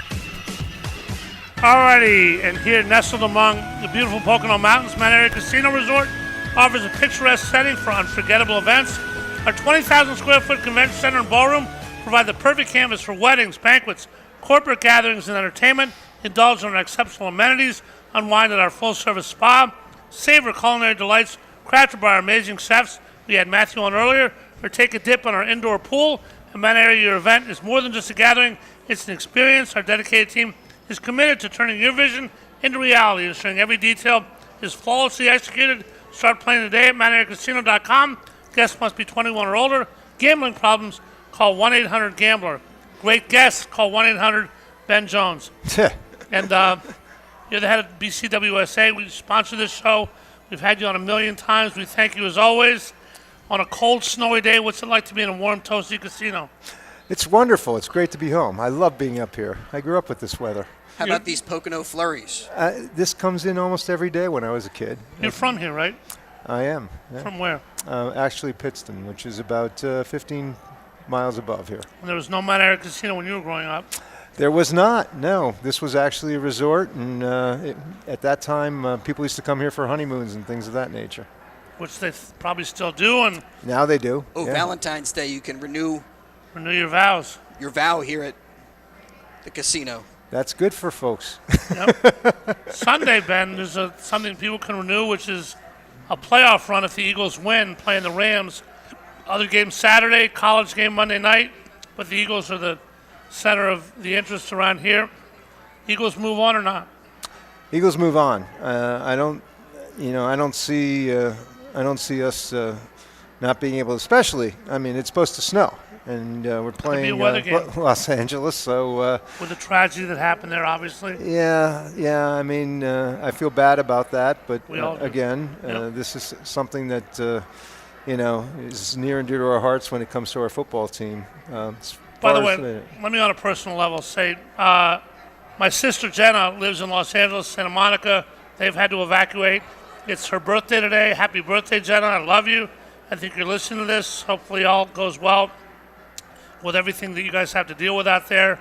LA comes in, Ben. They beat Minnesota last week. Let me ask you a question. Chris and I were arguing about this at the beginning of the show. That's what Sports Talk's all about, difference of opinions. We have a pretty strong difference of opinion on this. Want to get yours. How do I ask this, Chris? Do we talk too much about Jalen Hurts, period? Do we talk about the quarterback, whoever it might be, in Philadelphia too much? We have incredible passion as fans. Does that passion somehow lead us to over-criticize or over-hype? How do you feel about the quarterback in Philadelphia and the discussion thereof? So goes the team, as so goes the quarterback. The bottom line is that you're the leader, just like any of us that are in those positions, and you're running the ship. And if you're not functioning at 100%, the team isn't functioning at 100%. I mean, there's times that people are going to be able to pick up. We have an amazing team this year because of a lot of things, but some of the things that obviously changed. We had Saquon Barkley that came into it. We have Jalen Hurts. Jalen Hurts was a good quarterback and all that. I mean, he offered a lot of diversity in terms of his play calls, so forth, but he always had the ability to run. Now having somebody that's in the backfield that is a threat to run and having Jalen Hurts being able to pass and run is really the primo for our team. And I think that when one or both are malfunctioning, then the team obviously is not going to succeed. And the last Sunday, the thought is that, and the thought's been through the 10-game winning streak, through the loss to the Commanders, that if Jalen Hurts has gone too far in any direction, it's being very careful with the ball, maybe not taking some chance he could have taken. He counters with, I'm here to win, not to put up stats. How do you see that justifying itself? Does he have to open up a little bit Sunday? Passing game won much last week, but they won. Triangulate that for us. I actually think that he is going to open up more. I mean, first off, he just came off of the concussion protocol. Yep. And, it's great that you need to give 100%. He gave 100% of what he had, while still also protecting his health, and that obviously had some impact on his play. Plus, 3 weeks, he wasn't playing. Ultimately, he got hurt, and he was out on the protocol. The end result is you get a little rusty. I mean, it's just like a bye week in any of the other football games that you get when sometimes you come back and you're not the same team. You have to work at it. You expecting a tighter Eagle team than you saw against the Packers? A lot of guys didn't play against the Giants. Hadn't had a bye since week 5. Rams sacked Sam Darnold 9 times. They got a potential Hall of Fame quarterback, 2 great receivers, a very good defensive line. They're a very good team with a very good coach, Sean McVay. What's one thing that you're afraid of Sunday that could get the Eagles beat? Special teams. Obviously, Jake Elliott? Jake Elliott has had some issues recently, and we've actually discussed some of that. Lee and I have had some conversations a few weeks ago about that. The end result is, he is not the same Jake Elliott that we've grown to love and enjoy. He's had some issues this year, and in those critical spots, in times when we need that field goal, when we need that extra point in particular, that obviously needs to be taken care of. Hopefully they'll get that done. Chris Urmer told me before the first Rams game, Eagles win at 37-20. He came on the air, I forget we were doing a football show, Monday Night Kickoff, but Chris came on, he said, I guarantee you something. I said, what's that? He goes, Saquon Barkley will not rush for 256 yards in that game. He rushed for 255. So Chris was right. Do you expect Saquon to go off again? I think Saquon's going to have a good game. I don't know that we're going to see 200-plus yards in that. I honestly think that we're going to have a more balanced offense. I think some of the encouraging things that we saw last week is Goddard and his performance. Hell of a stiff arm, huh? Yeah. See yes. Yeah, that was amazing. So, I mean, I think that's part of it. As far as the team is concerned, I think we got people that are coming back and they're starting to play at full level again. Now, Ben, we're going to miss Dean, by the way. Nakobe Dean will be a big problem. Yeah. Warren Burks and McVay is going to look at that. Jeremiah Trotter starting, got to be next man up. You played sports when you were a kid. You told me you played football, and I did. I caught a Ben Jones highlight from many, many years ago, and I was shocked at one thing. You weren't playing. You were actually on the sidelines reading a book called Inner Excellence, which apparently A.J. Brown channeled and read last week. What was your point of view of that whole thing? Bored? Something he does during a game? He said he wasn't dissatisfied. His knee hurt. Him and Jalen are fine. Just something he does. What's your point of view of that? It reminds me of the football game on TV for the movie where the coach was sitting there watching him hide behind the playbook while he was reading the book. I think ultimately some people need to relax. I mean, I don't know if that's his way of relaxing and reading a book. It seems like he's disinterested. All right, fair enough. Chris, what do you think? Did we talk about that a little? Yeah, I just thought he was dissatisfied and intentionally trying to show a certain level of dissatisfaction with how many targets that he was receiving. Yeah. Well, and afterwards, he then wanted to kind of backpedal a little bit in the press conference, and he may have the book on the sideline, but in that no one was able to catch him reading the book before this, with all the NFL cameras that are out there, that is a little suspect. It's an interesting take. I mean, obviously, you'll have the point of view of the book on the sidelines. Jim Murphy's pretty happy about it. We know all that. Before we get to BCWSA, Ben, I asked Chris this question earlier. I know you're a huge golf fan. Huge golfer. The whole thing with TLG, whatever it's called, Tiger Woods and Rory McIlroy with a simulator. I love watching golf on TV. I watched a friggin' Korn Ferry Tour tournament yesterday. I watched this twice. I fell asleep after 4 seconds. I can't get into it. Can you? No, but then again, I don't like simulators. And the one thing that did make me feel good about is I don't hit particularly well in a simulator, and neither did they. So that made me happy. I mean, when they're putting it into the water on the backside and so forth, I felt good about it. Have you ever seen anybody, either one of you guys? Tiger Woods came out for his introduction, and they didn't even introduce him. Even Michael Jordan, they said it's from North Carolina, Michael Jordan. Has Tiger gone to the realm where he shows up and no need for anything, just start applauding? I think so. He's been there for a while. And the music was wonderful that they had behind him. All right, speaking of music, you don't have a lot of music. What was that crazy Steph Curry show where he was on TV? It was like a mini golf thing where you had to do the last summer. I don't remember it. Yeah. I mean, I saw his father-son thing. I'm going to catch it in reruns. All right, well, Chris will Google that. And I want to ask you about BCWSA. You guys sponsor this show. Obviously, the winter is not water season, more of the summer, but you guys are a 12-month concern. So what's going on with you guys? Anything new to talk about? I think maybe just something about the LA folks and so forth. I mean, in our systems, you sit there and you watch, and obviously a lot of this has to do with the water and what happened out there and the wildfires and things of that nature. And I think a lot of folks are looking at that and saying, well, gee, you live next to the ocean. How is it that it's possible that this much area has actually gone up in flames? And, LA is the biggest public water system in the United States. It was well run and designed from the beginning. How does this happen? And there's a series of events that occurred, and obviously they had to repair their reservoir that fed that area. It's an area that was not a high development area. It was an area that was developed many years ago, starting in the 50s and 60s, so the size of the lines and so forth were substantially smaller. Well, let me interrupt you for 1 second. Stupid question. Yeah. Does the fact that salt water have anything to do with it? Salt water does have something to do. It has to do with their environmental regulations. It has to do with the fire equipment that they're going to put out there. And quite frankly, it's not the easiest thing for them to get the water out and actually disperse it through the plains in high winds and things of that nature. So if it doesn't rain for a year, is any area in trouble like this, no matter what the water system is? Does Mother Nature have to do her part? Well, there's a lot of different planning, and when you developed your systems, obviously, is going to have the most significant impact on it. So, by example, I mean, they had 3 million gallons of water in the air for that section of LA. They had a reservoir that held 112 million. The reservoir was out of service. 3 million gallons is probably not enough to have it for reserves, and certainly not enough for wildfires because it wasn't designed for that.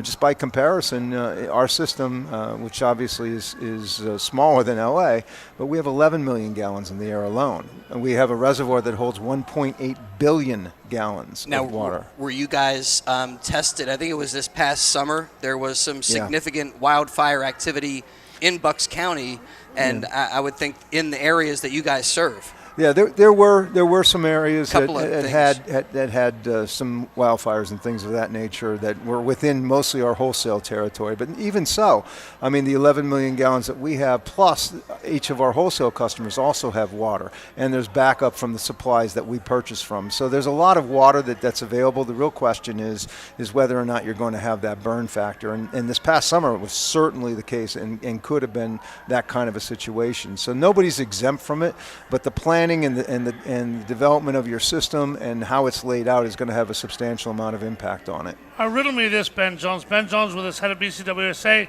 our sponsor. It seemed like when these wildfires started, whether it's my sister or anybody else around anywhere, it seemed like 5 or 6 of them started at once. Total coincidence? I mean, because a fire started in Altadena doesn't mean a fire is going to have to start in Santa Monica or whatever. How do these all happen at the same time? We're talking like a jillion to one shot? Why? I have no idea. I mean, the answer to that is the conditions were certainly ripe for it. In terms of what initiated the fire and why it occurred in multiple locations, that's probably not going to be found out for a long time or ever, especially given the size of the damage and everything else. I mean, there's investigations. Where do you start? It's not an isolated area. I mean, but you also had, fire that broke out in Hollywood. I mean, it actually, were other sections of LA, and those are pretty far removed. But there's the brake lines, in essence, the roads and so forth, the fire breaks. A lot of them had not been essentially cut, exercise, things of that nature, which could impact it. You're talking about 80 to 100 mile an hour winds. Sure. Blowing fire. I mean, that could blow fire certainly well in advance of those lines. And maybe there were certain restrictions, but I'm just thinking like people who would have their barbecues on or something like that. Like a wind can easily pick up a coal out of somebody's what seems to be innocent. Barbecue outside in the backyard. I mean, we'd all be speculating to determine what the reason for is at this point. But I'm going with barbecues. It's certain. Because we're always speculating. I mean, people want to know. People listening to this show. Yeah. If we're not sure why it happened there, obviously the conditions were perfect or horrible, depending on how you look at it. Right. Could it happen here? I guess anything's possible, right? Anything's possible. Again, I think we're fortunate because we're a water-rich environment on this area. That's why, obviously, the East Coast was first developed back in the day. And then, in addition to that, a lot of our systems have been updated and upgraded during those periods of time. And that's because we had very old systems, and it's now time to be upgrading them. Where California is making that turn now. They're now looking at redevelopment projects. They're now looking at things that they need to go ahead and do in total to improve their systems. And they're starting to invest in them. But, you're talking about technology and systems that were built in the 50s and 60s that now some of those aspects no longer are applicable in terms of design. All right, from water back to football, Ben Jones. I, Ben Jones, do or do not want to see Kellen Moore get any job, Cowboys or anybody else. You want him to be back here? You want the staff to stick around? Nicky to get an extension? How important are these coordinators, seeing as what's happened this year? Obviously, Fangio has been amazing. Yeah, Fangio has been amazing, and might I add, Fangio is also somebody from up here, from Dunmore, Pennsylvania. I do not. He is just above Scranton, and so he's a local boy from here. But I would mention this. I think, again, the coaching staff is certainly important to the success, and I certainly don't want to see him go to Dallas. Let's put it that way. Do you, Chris? I don't know. I tend to think we can replace Kellen Moore, that it wouldn't be a huge loss. And I'm not sure it would be a great match in Dallas either. So I don't know. I don't have a big opinion one way or the other. Dallas still has Dak Prescott, whether they get Kellen Moore or not. Hey, I want to get you guys onto the college football track here for just a moment. Tough game. Got big game coming up on Monday. I know Jolly's all pumped up about it, and Penn State comes so close. You know, I look at college football, I say the NIL, the transfer portal, I'm cool with all that. I like the guys. It's kind of out of hand right now, and some restrictions maybe should be put in place. But when players leave their team before the season is over, it drives me nuts. And the backup Penn State quarterback, and I don't know the guy's name or whatever, and I think he's one of many college football players who say, look, I'm not going to finish the season with my guys. And to me, that is outrageous, and something needs to be done. Well, they need to move the transfer window, I think, to start with. But like to after the wild, season wild is over? West. Yeah, I guess. Yeah. And you got to start with the coaches. The coaches do the same things. Well, it's like having free in college agency in ball. the NFL after week 14. They're leaving before going through the actual games. You got to finish the season. You got to let something play its course out before anybody leaves. All right, Ohio State, Notre Dame. I obviously am a Notre Dame fan. You know that. I'm a Penn State fan and a Notre Dame second. So for me, one of my teams is going to get to the conference championship. You were conflicted. Rather the championship. Who were you rooting for? Penn State? I did. My son rooted for Notre Dame. But nonetheless, I like Notre Dame. And especially I like Notre Dame because Ohio State, they're giving them, I think, 8.5 points. 9.5. 9.5 now. It was 8.5 yesterday. Where did Notre Dame's coach go to college? And why am I asking you that question right now? Please, Ohio why? State. Okay, so I figured that was the answer. Didn't know the answer, but I do like their coach.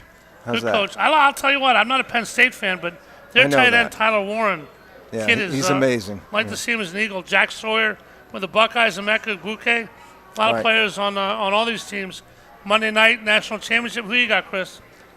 I like Ohio State. I just think the Buckeyes have too much firepower, and I don't know. I'll be rooting for Notre Dame just to spite you. But we'll see. Will Howard from Downingtown. I'm not and sold for on Ben's him. sake. I'm not sold on our quarterback. Not our. I didn't go to Ohio State. My dad did, but Will Howard from Downingtown. If he plays well, hard to see them losing. But anything can happen. Notre Dame's defense pretty good. Jeremiah Smith's pretty good for Ohio State. We will see. Anything about the NFL, any game strike you this weekend, Ben? Other than the Eagles? No. Oh, Bills, Ravens. I mean, I also like Buffalo. Growing up here, that you had a choice of being either a Jets fan, you had a Giants fan, or you could be a Buffalo fan. Some were Eagles fans and some were Pittsburgh fans, but I was a Buffalo fan. So, I certainly enjoy that. A couple minutes here till the news, and I think we got to... You have an assistant here with you, right? I do. I just wanted to introduce her. This is Sarah Schaefer, and she is my new executive assistant.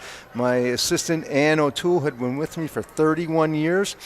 She woke up one morning and realized she didn't want to be with me any longer. So she right now is... retired, and Sarah has now taken over. So I'm going to let her speak a little bit. She's living a Ben-free life. How'd she last She's in India right now, by the way. Wow. How'd she last 31 years with you? I have no idea. I couldn't do it. I couldn't do it either. But she warned Sarah.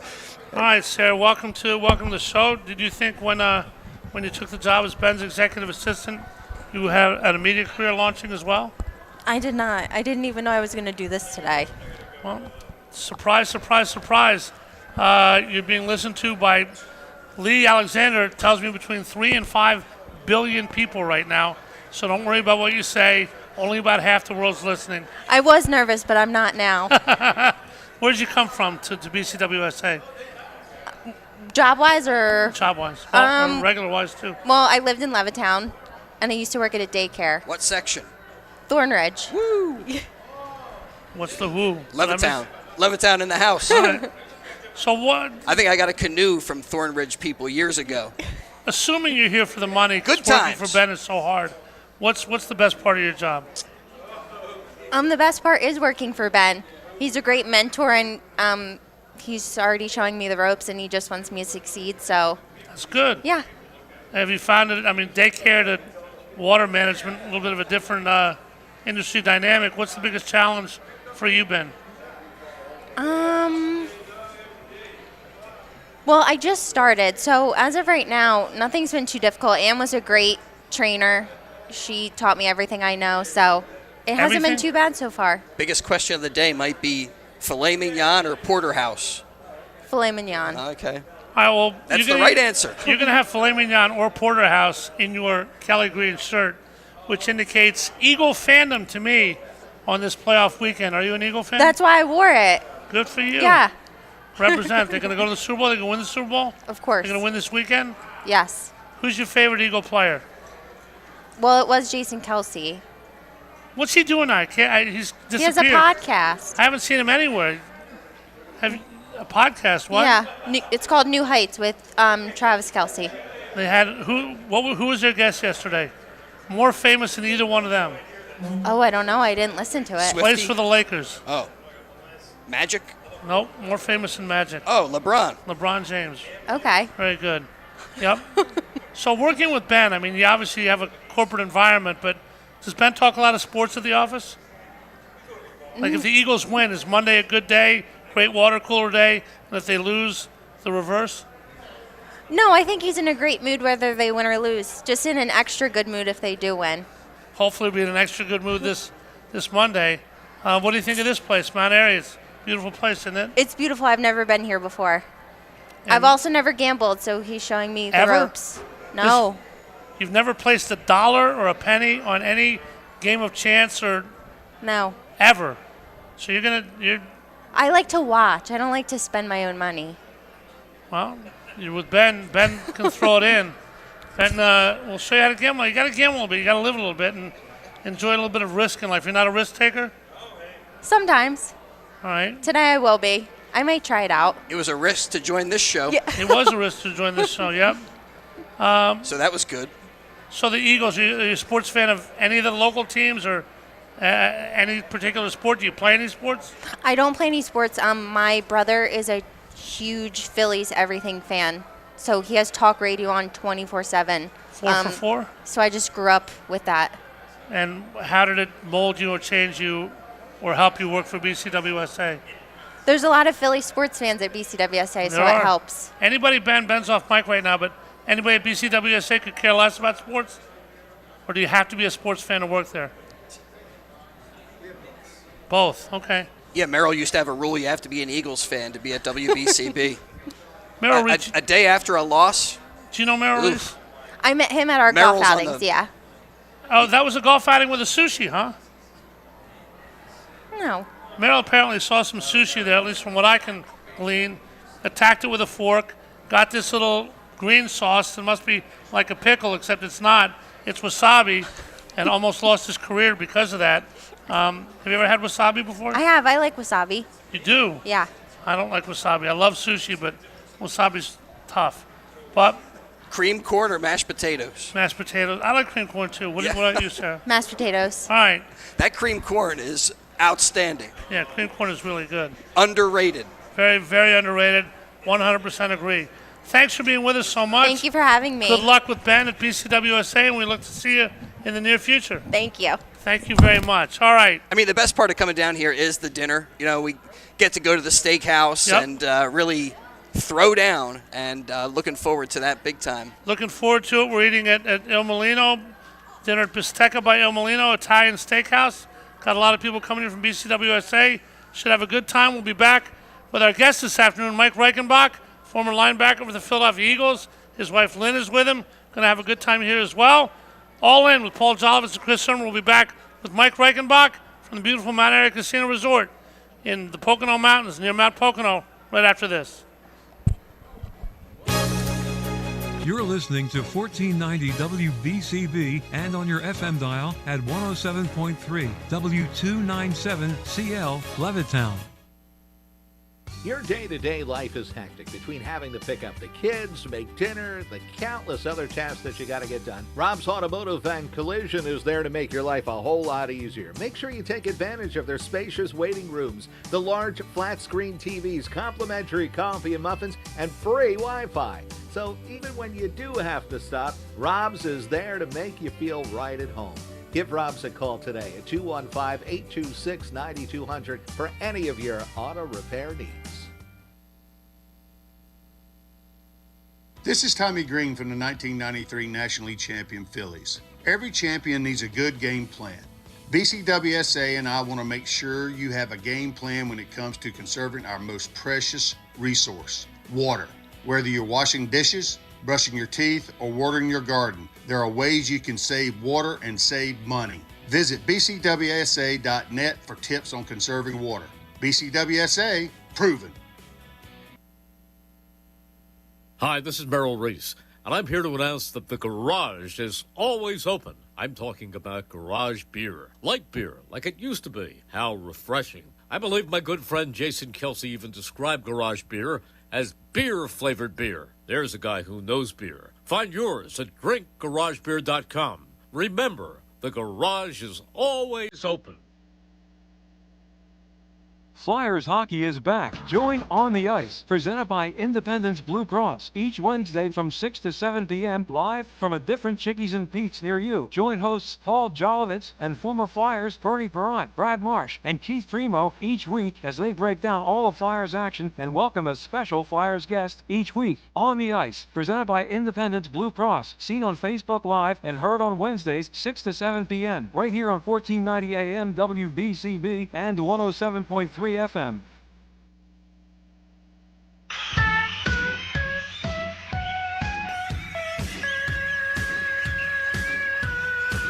We now return to All In with Paul Jolovitz, broadcasting live.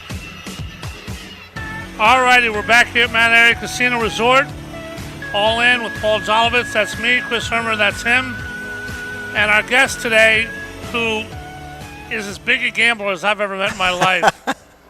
He brings zeros and commas to casinos all over the world, asks for favors, asks for free stuff. What Mike Reichenbach asked for, Mike Reichenbach gets. He has his own blackjack table after we're done with this interview. How much you made today, Mike? Like $3 million? I already took the greatest gamble of my life when I played for Buddy Ryan. That's where I leave it. I leave it at the table there. Did you win or lose? You can't tell. You never know. You said some funny things the other night. Mike was on our show, Paul Domowitz, the other night, Monday Night Kickoff. You told some funny stories about Buddy. Zach Baun is wearing the green dot this week because Nakobe Dean was hurt. Obviously, the play caller, very important. You didn't have green dots in your days with the radio frequency, but tell everybody about Buddy's calls and how everybody had to know him and how you were responsible for everybody. Yeah, Buddy pretty much made all the calls. The 46 defense, the way it was designed, is that it was going to be an attacking defense. So they made all their adjustments at the line. You were like a quarterback that ran the offense, and you could check. You being the linebacker. Yeah, as a linebacker, you could check off, but he had defenses designed, the 46 blitz, 46 coverage. He played 4-3, the 4-3 coverage. And you had to know the call that he wanted called depending on the formation that the team came out in. So in other words, it was all percentages. What did they do out of that formation? How did they, what's their percentage-wise? Did they run the ball, pass the ball, screens, draws, whatever it was? And you had to know that call. Well, teams started to be aware of that, so they would come out, line up. You would get the front lined up. You'd get the defensive coverage, and then they would shift. Or they would motion, and that would change everything. From what I got out of Monday night, I don't know about you, Chris, it seems to me, though, on a general level, never completely generalized in life, Mike, but if everything went right and you created a loss or a turnover, it was a great call. And if they scored, you guys did something wrong. It was a great call anyway, but you screwed up and would hear about that from Buddy and threatened to be cut the next day if that ever happened again. What was it like living under that kind of system, let's say. Well, it's funny because every time we would come into defensive film room on Mondays, everybody dreaded Mondays. You didn't dread Sundays. It was Mondays. So tell me why I don't like Mondays. When you were evaluating. It was about Buddy Ryan. Yeah. And so Buddy would start the meeting with, I always get an A+. And everyone else pretty much got a D or lower from that point on. So it was pretty much when on the sidelines when we played. I said this the other night. We played the Miami Dolphins. Dan Marino was the best. 3-step drop, man-to-man coverage. He knew where he was going, could handle the mismatches, knew all that stuff. So we couldn't get to him the blitz because he would get rid of the ball so quickly. And so the guys are saying to me in the huddle, you got to go tell him we got to get out of the blitz. So I go to the sidelines. I said, buddy, we have to get out of the blitz. It's not working. He goes, listen to me. I drew it up. You guys aren't running it right. Get back out there and tell them to run it right. Chris, you ever have a job where somebody told you to do something, and if it worked, it was them, and if it didn't work, it was you? That's a tough way to operate, isn't it? Fortunately not. I don't think I would have the fortitude to stick around for too long. But, I mean, a great opportunity when you're in the NFL. Do you think players are better protected by the league, by the collective bargaining agreement? I mean, it's tough to be to feel that type of – you lose your job because your coach on a whim just says, see ya. Yeah, there's a lot more protections right now. It's called guaranteed contracts. And so that gives you protection out of the box because they have to pay you. So I mean, we didn't have that. When you every week there was only certain guys like a Dan Marino or someone like that at that level had maybe had a guarantee in their contract. Everybody else was pretty much week to week. It's still not like other sports. That's why when you see somebody sign a free agent deal, the signing bonus is everything because that's the guaranteed That's part. right. They can shelve the remaining years and make it for accounting purposes. Yep. Look whatever they want to look like. Exactly right. That's why everybody was going for big signing bonuses because that was the only guarantees you were getting. Everything else was pretty much it was merit based. You had to perform. So if you got more tackles, if you made it to the playoffs, if you're a starter, if you played so many plays, you would get bonuses. That's what it was based on.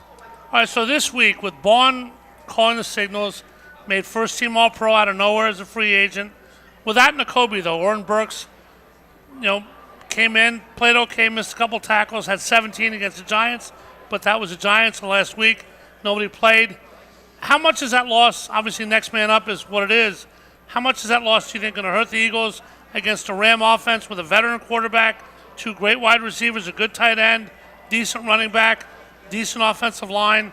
How much is Nakobe's absence going to hurt? I think that they're going to test him early. They're going to go right at him. That's exactly what you want to do. Go at. You won't even be there. No, at the replacement. They're going to go. Yep. They're going to go at that and test that. Their tight end again. They're going to look for him checkdowns. Anything where he's involved, they're going to go after that. So I would think running the football. They're going to try and exploit that. Eagles, the number 2 running team in the NFL. Going to try to keep the game out of Stafford's hands, the ball out of Stafford's hands. And that's what the playoffs are like, guys. You may have a great passing offense, you may have a great running offense, but the other team is going to try to keep it out of your hands. We'll see the same thing in other games, which could mean a team kind of relies on their weakness. How do you go about that when you prepare for a team, Mike? Every team has a strength, obviously. Do you say we're going to put an extra guy in the box, force him to pass? Did you try to attack the strength or attack the weakness? How did Buddy work that? Didn't seem like he cared. It didn't care. He was coming after anyone. He believed because most back then it wasn't as the blitzing package wasn't as defense was mainly bend don't break. 34, we kind of give ground. We wait till we get inside the red zone. You have more guys covering in coverage than they have going out, so you kind of stop them. But winning games is still managing the clock. Like you said, it's keeping the ball out of the offensive hands. It's moving the chains. And I think, what I've seen in the Eagles, the thing that concerns me about the Eagles, it seems sometimes this year when in games they didn't have a plan to move the chains, keep moving the ball. Like they weren't putting things together. They weren't building on something. They would run a play and then do something different, and they would come back to that play again later. And you have to manage the clock, move the chains. If you can keep the ball out of Stafford's hands, they're going to dominate this game. I mean, I think the big thing with that the Eagles are going to be challenged with is that the Rams defense is playing so much better than they did that first time. I mean, they were allowing, I think they allowed 340-some yards in that first game. 9 sacks on Darnold. Saquon rushed for 255. Yeah, it was huge. So, but since then, the defense has been averaging about 143 yards per game, and they've really tightened it up. So, going to be a challenge. All right, your wife Lynn and I were talking before the show, and she gets into this X and O stuff that I don't even understand. She's asking me about B gaps and A gaps. I just said I go to the gap and get jeans or whatever. But kind of crystallizing that all down, you played for Buddy Ryan. Vic Fangio has turned a terrible defense into the top defense in the NFL. A lot of young guys, an edge that needs to get a little bit better and sack more people. Jalen Carter, obviously, Quinton Mitchell. What's the difference between Buddy Ryan and his aggressiveness and Vic Fangio, who doesn't blitz a lot but gets the same job done? Is there more than one way to skin a cat? Yeah, there is. I mean, it's discipline. I mean, defense as a whole is you don't in the running game, you don't want the running back going north and south. You want him going east and west. Buddy's concept, even when we played the run, when we weren't blitzing, everyone had a gap to fill. And if you filled that gap, that running back had to turn and go out. But then your contained guys have to be disciplined. They can't be ducking inside. You see a lot of that. These athletes, the hardest thing is to take an athlete and say, listen, you have to be disciplined. You have a job to do. You got to do this first, then go make the play. A lot of these guys will cheat and go inside. You see with all great players, they want to make a great play, so they might dip inside too early. They'll cheat in there. Yeah, they cheat and they'll commit before the back does. You see it in defensive backs. If a receiver is coming straight down the field, he can take a step in a direction, but if he hasn't committed yet, you can't commit before he does. But when Bond got his pick last week, he made a special thing of talking about the fact that he saw him in a specific offense. Mm-hmm. He knew that he could leverage himself, and I don't want to go into what he said. But his guy fell down, too, on that play. His guy did fall down, but he took a chance, and he said he had to have a certain level of confidence with the defense before Fangio would let him take that chance to be impulsive. Did Buddy let you do that? I mean, if you were a disciplined player and he expected you to do your job first and then go make a great play. In other words, every play. Be where you're supposed to be and then go make a great play. I mean, because everybody had, again, a gap, a man. It was a lot of man-to-man defense, all that stuff. So very, very critical on that stuff. All right, Mr. Reckenbach, do you promise to tell the truth, the whole truth, and nothing but the truth? So help you God? I sure do. Raise your right hand. Did Buddy Ryan Buddy Ryan's teams, the 46 defense, the Bears, they gave up a couple points, not many in 85, brought it here. Obviously, it was a tremendous defense. The league caught on to it a little bit. Did he ever come in after a game or on Monday and say, this 80-yarder they got on us, that was my fault. We were in the wrong defense, the wrong coverage. Did he ever take responsibility for anything, or was it simply Reichenbach's fault, Reggie's fault, Eric Allen's fault?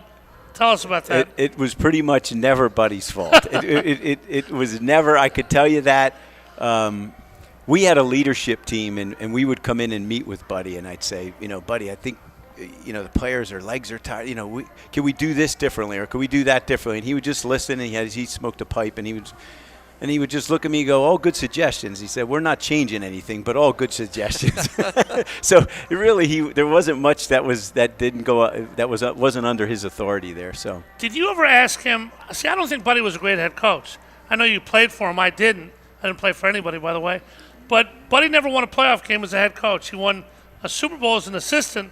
I think Buddy's one of those guys that rose to his level of competence as an assistant coach. Yeah. When Doug Scoville died and he never got a replacement for Randall Cunningham as a quarterback coach, to me that's dereliction of duty, guys. Yeah. Is that because of his ego?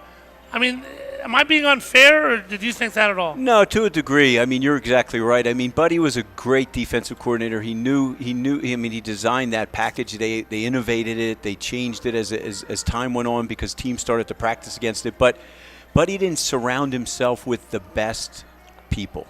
He surrounded himself with more yes men. That would pretty much fall in line and do what they were supposed to do, and pretty much it was that was the key. Chris, what do you think about Rex Ryan and the Jets job? I'd be shocked if he got it. Not that anybody could coach the Jets, but does Rex Ryan get a head coaching job in this league after being away forever? I don't know. I don't have my finger on that kind of situation that closely. But I would think he would be a name that would be of interest. I mean, he seems like he knows football. He I know stint football. with the Jets, stint with the Bills. Yeah, I look at head coaching in the NFL like being a weatherman. If you're right 1/3 of the time, you have a job. Here we are. I don't, winning. I mean, even though you win, it doesn't make you a great head coach. I mean, it's just you see. I look at Mike McCarthy, and all respect to him, I just don't think as a head coach He's a buffoon. I don't think he was that good. Because to me, I think he at least is a program builder, but not a great game day coach. Yeah. Right. And you look at like Doug, who is a great game day coach, but seems like Doug Peterson can't really build the program to be sustainable like Well, that's why you hire good coordinators. But I think that's the thing. You got to hire the right guys under you that can develop that. You're an administrator and a motivator. Well, and so there's also more than one thing. I don't care what kind of job you have. You got to be good at more than one thing. Jalen is a great passer. He doesn't find the receiver in tight coverage, won't go deep, doesn't run enough. When he does, when he throws out of bounds. Mike McCarthy, to be specific about him, is a terrible play caller. He was terrible with Aaron Rodgers. He built a good team. He's not an idiot. But during a game, he's got that slow twitch way of thinking, where once he thinks about the play, it's been over for an hour. Yeah. How important is it, like you said, to realize what you're weak? I don't care what you do in life, Mike, because you work in the business world now. Mm-hmm. To realize what you're not good at and hire somebody to do it, unless you're the one Albert Einstein of this world. How important is that? Well, in any meeting room, in any coach's room, everybody in there is the smartest guy in the room, of course. The ego of and if you look at anything, whether it's business, football, it's someone that knows their limitations but knows what their job, again, is to administrate and motivate. Belichick was great at it because he held his coaches to a higher standard than he did his players. He would come into the coaches' meetings, and I know guys that coach for him, and he would say, hey, they had 350 yards against our DBs throwing the ball. What are you going to do about it? He would challenge his coaches to then go do their job and then get those players ready to play. And that was the thing it wasn't the ego of, hey, I don't have to know everything in a room, but I've given you this job to get it done. It's interesting also, Chris can come in on this as well. Nobody's going to question whether Bill Belichick's a great coach. I don't care what you think about the Brady-Belichick dynamic. Belichick clearly is not an idiot. But Belichick's had 1 million assistants. He was an assistant with Saban. Those guys are best friends. But Belichick's coaching tree is not very good. Dean Pease, Charlie Weiss, Eric Mancini, many like it. Meanwhile, Andy Reid, every guy who's coached for him, becomes a Hall of Fame coach on his own. Was that because Belichick knew so much it didn't really matter what you knew? He just coached the players and had people in that position? How are some people good at teaching others and others not? Well, you're right. I mean, I played for Don Shula, looked at one of the greatest coaches of all times, but he was involved in every aspect of the game. We were on special teams. He was actually trying to show guys how to block a punt. And this is when his later years, when he was 80 years old. Yeah, he couldn't even. And he was coming in with the two hands down by the foot and trying, but he couldn't bend over all the way. And he was so micromanaged that even if he had good coaches, they couldn't do their job. All right, we're going to go into a break now. But you know the Ty Cobb line, 1960. Ty Cobb was about an older man, and somebody said to Ty Cobb, who hit 367 in his career, the highest batting average in the history of baseball, what he would hit if he played today. Ty Cobb looked at the guy and said, I don't know, about 290. He said, wow, are the players of today that much better than when you played? He goes, hell no, I'm 91 years old. Don Shula blocking a punt. There we are. That's a good one. We're back with Mike Reichenbach. This is All In from Mount Airy Casino Resort. Having a great time. Chris Summers with us as well. Mike Reichenbach back with us right after this. Stay with us.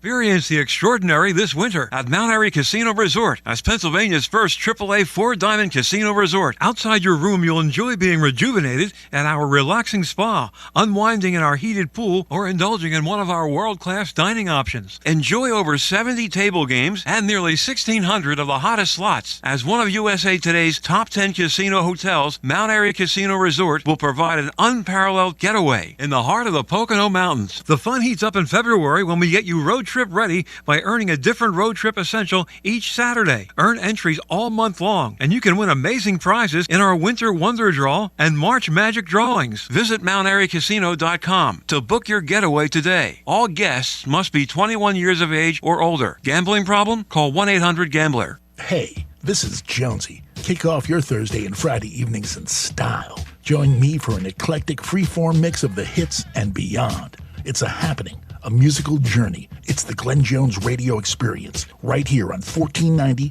WBCB and 107.3 FM. Thursday and Friday, 5 to 6 p.m., directly following the legendary Jerry Blavitt. Radio, the way it ought to be.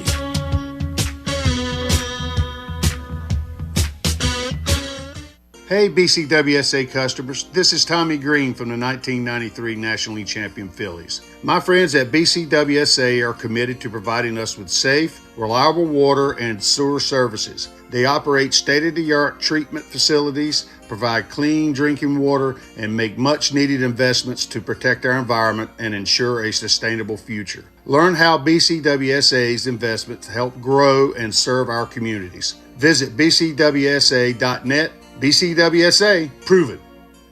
Are you turning 65 or know someone who is? Are you confused by Medicare and all the different ads you see on TV? Then let me introduce you to Chris Vidral at Magnolia Senior Benefits, a licensed local independent insurance agency that only specializes in Medicare insurance for seniors. They work with top insurance companies like Blue Cross Blue Shield, Aetna, Cigna, Humana, and more. Chris will fully explain the pros and cons of a Medicare Advantage versus a Medigap Medicare supplement plan, and also how to save money on a prescription plan. Chris can answer all your questions over the phone, virtually, or in person. Visit their website at magnoliaseniorbenefits.com or call 267-201-2151. That's 267-201-2151. Serving Pennsylvania and New Jersey. Listen to the show every Tuesday morning at 9:30 right here on 1490 WBCB. Hi, it's Pete from Chicky and Pete's, the official sports bar of your Philadelphia Eagles. Make a selection from our seasonal food menu, then unwind with one of our sensational cocktails. The South Philly Sizzle, made with Bird Gang Habanero Tequila. Stateside pumpkin pie featuring stateside vodka, rum chata, and pumpkin puree. Delicious fiery sangria, tasty spiced apple punch, or the campfire mule. At participating locations for a limited time, the official sports bar of your Philadelphia Eagles, Chickies and Pete's.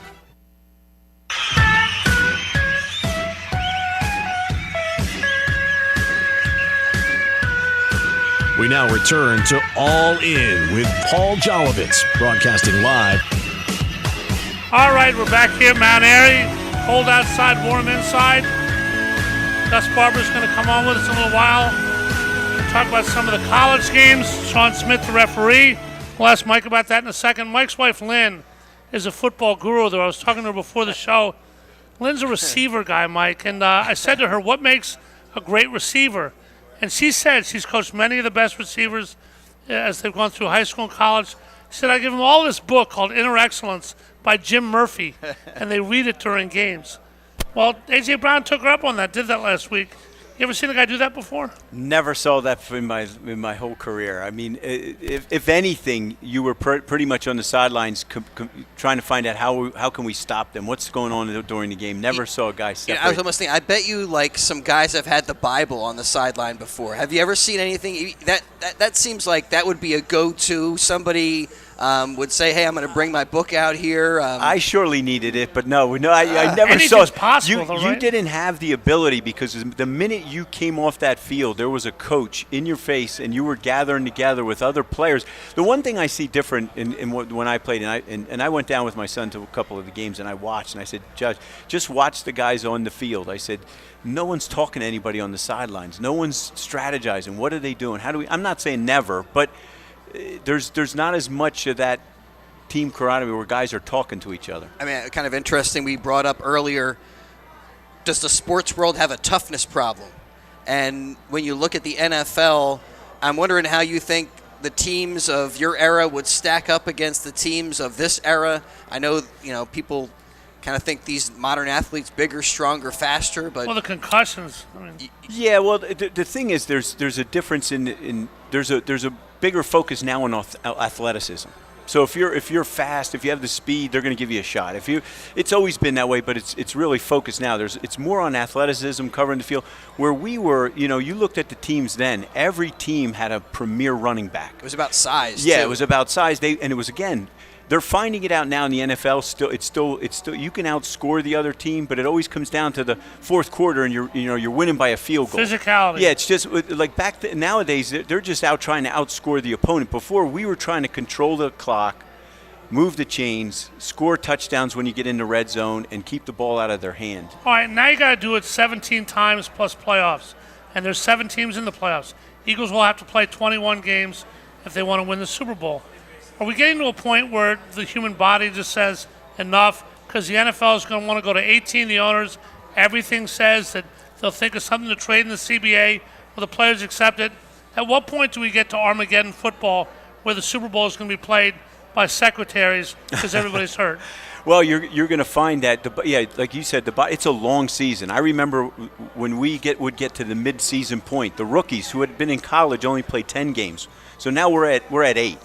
Not counting the preseason games, you're at 8, and they're going, "Wow, this is a long season." We're like halfway through, yep. and you had those peaks and valleys during the season where you would hit that peak, and then you would crash a little and flatten out. But then you would have to, second half of the season, you'd have to hit. That's when your stride, because you were going towards the playoffs. That's when whoever the teams that were strongest, that final couple games are the teams that went to the playoffs. All right, Mike. We just saw some great improvement from Nolan Smith. Year 1 and year 2, the Eagles' edge rushers. Obviously, BG hurt. Josh Sweat, Jalen Carter inside, Milton Williams, Jordan Davis needs to soup it up a little bit. But improvement. If I had asked you when you were 16 years old, I'm sure you love football. You were a great player. Obviously, everybody who plays in the NFL was a pretty good player in high school. I said you're shaking your head. Were you like a late bloomer? I didn't start till my senior year in high school. All right, so if I had asked you senior year in high school, do you have a shot at all of playing in the NFL? You would have told me what? Not a chance. So what happened that got you there? A mentality change in how I approached the game. I started playing football for the wrong reasons. I was a heavy kid and I didn't fit in, and they said if you play football and you can play, you kind of get accepted. So I jumped in because I was a heavy kid. But then as I developed, found the weight room, I saw that in my senior year in high school, I started at tight end and defensive end.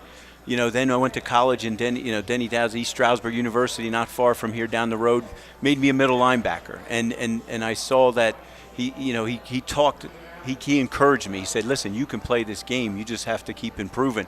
So then I became more focused. That was the main thing. Hit the weight room harder, hit the track harder, and just fell in love with the game at that time. All right, let's get to that position then. The Eagles, horrible linebacker the last couple of years. This year they get Bond.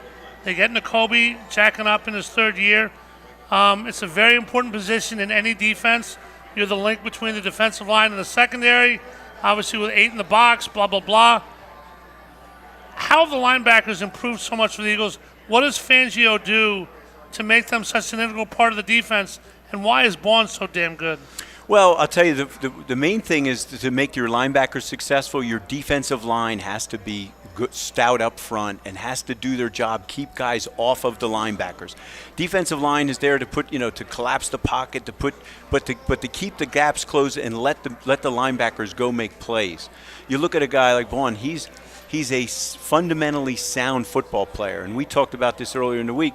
You get with the right coaching, sometimes it's a player. You awaken to a certain scheme that you're in, or else you even get more focused on what you're doing. You have the right coach coaching, he's encouraging you, he gives you opportunity. But what he's fundamentally sound. You can see his footwork, he's always in position, very rarely out of position. That's why he's one of the leading tacklers on this team. He doesn't miss tackles. All right, that's big. All right, let's go segue, and Chris and Mike. The word miss. You might miss tackles. Everybody misses a tackle once in a while. Not We're in all Buddy's human. defense. They'll cut you. You're not bringing up Jake Elliott, are you? No. I will bring up Jake Elliott in a second. That's a great point. But, guys, look at the injury report yesterday. Guys, Cam Jurgens, 3rd year, missed practice. Saquon Barkley, rest. Obviously, AJ's banged up. I know the answer to this question before I ask it. It's like law school. How often in a Buddy Ryan system, or anybody back then, I don't want to indict Buddy, but how often would somebody miss a practice because of rest? You did not have the ability to do it. There was 2 people on the team that could do that, Randall Cunningham Really? and Reggie White. They could actually miss practice. 1. But with Buddy, we think of it like when we were losing, if we lost a game, we had to go out in full pads on Friday. So when that following week. You didn't have the CBA. So there was no days off. You were in full pads on Friday. Well, now it's 14 padded practices a year. Then you do whatever you want, right? We did whatever they want. I mean, that is to me, that's one of the most wild statistics, that these teams only have 14 padded practices throughout the entire season. That just doesn't give you enough time. That's true. That is wild. Great point.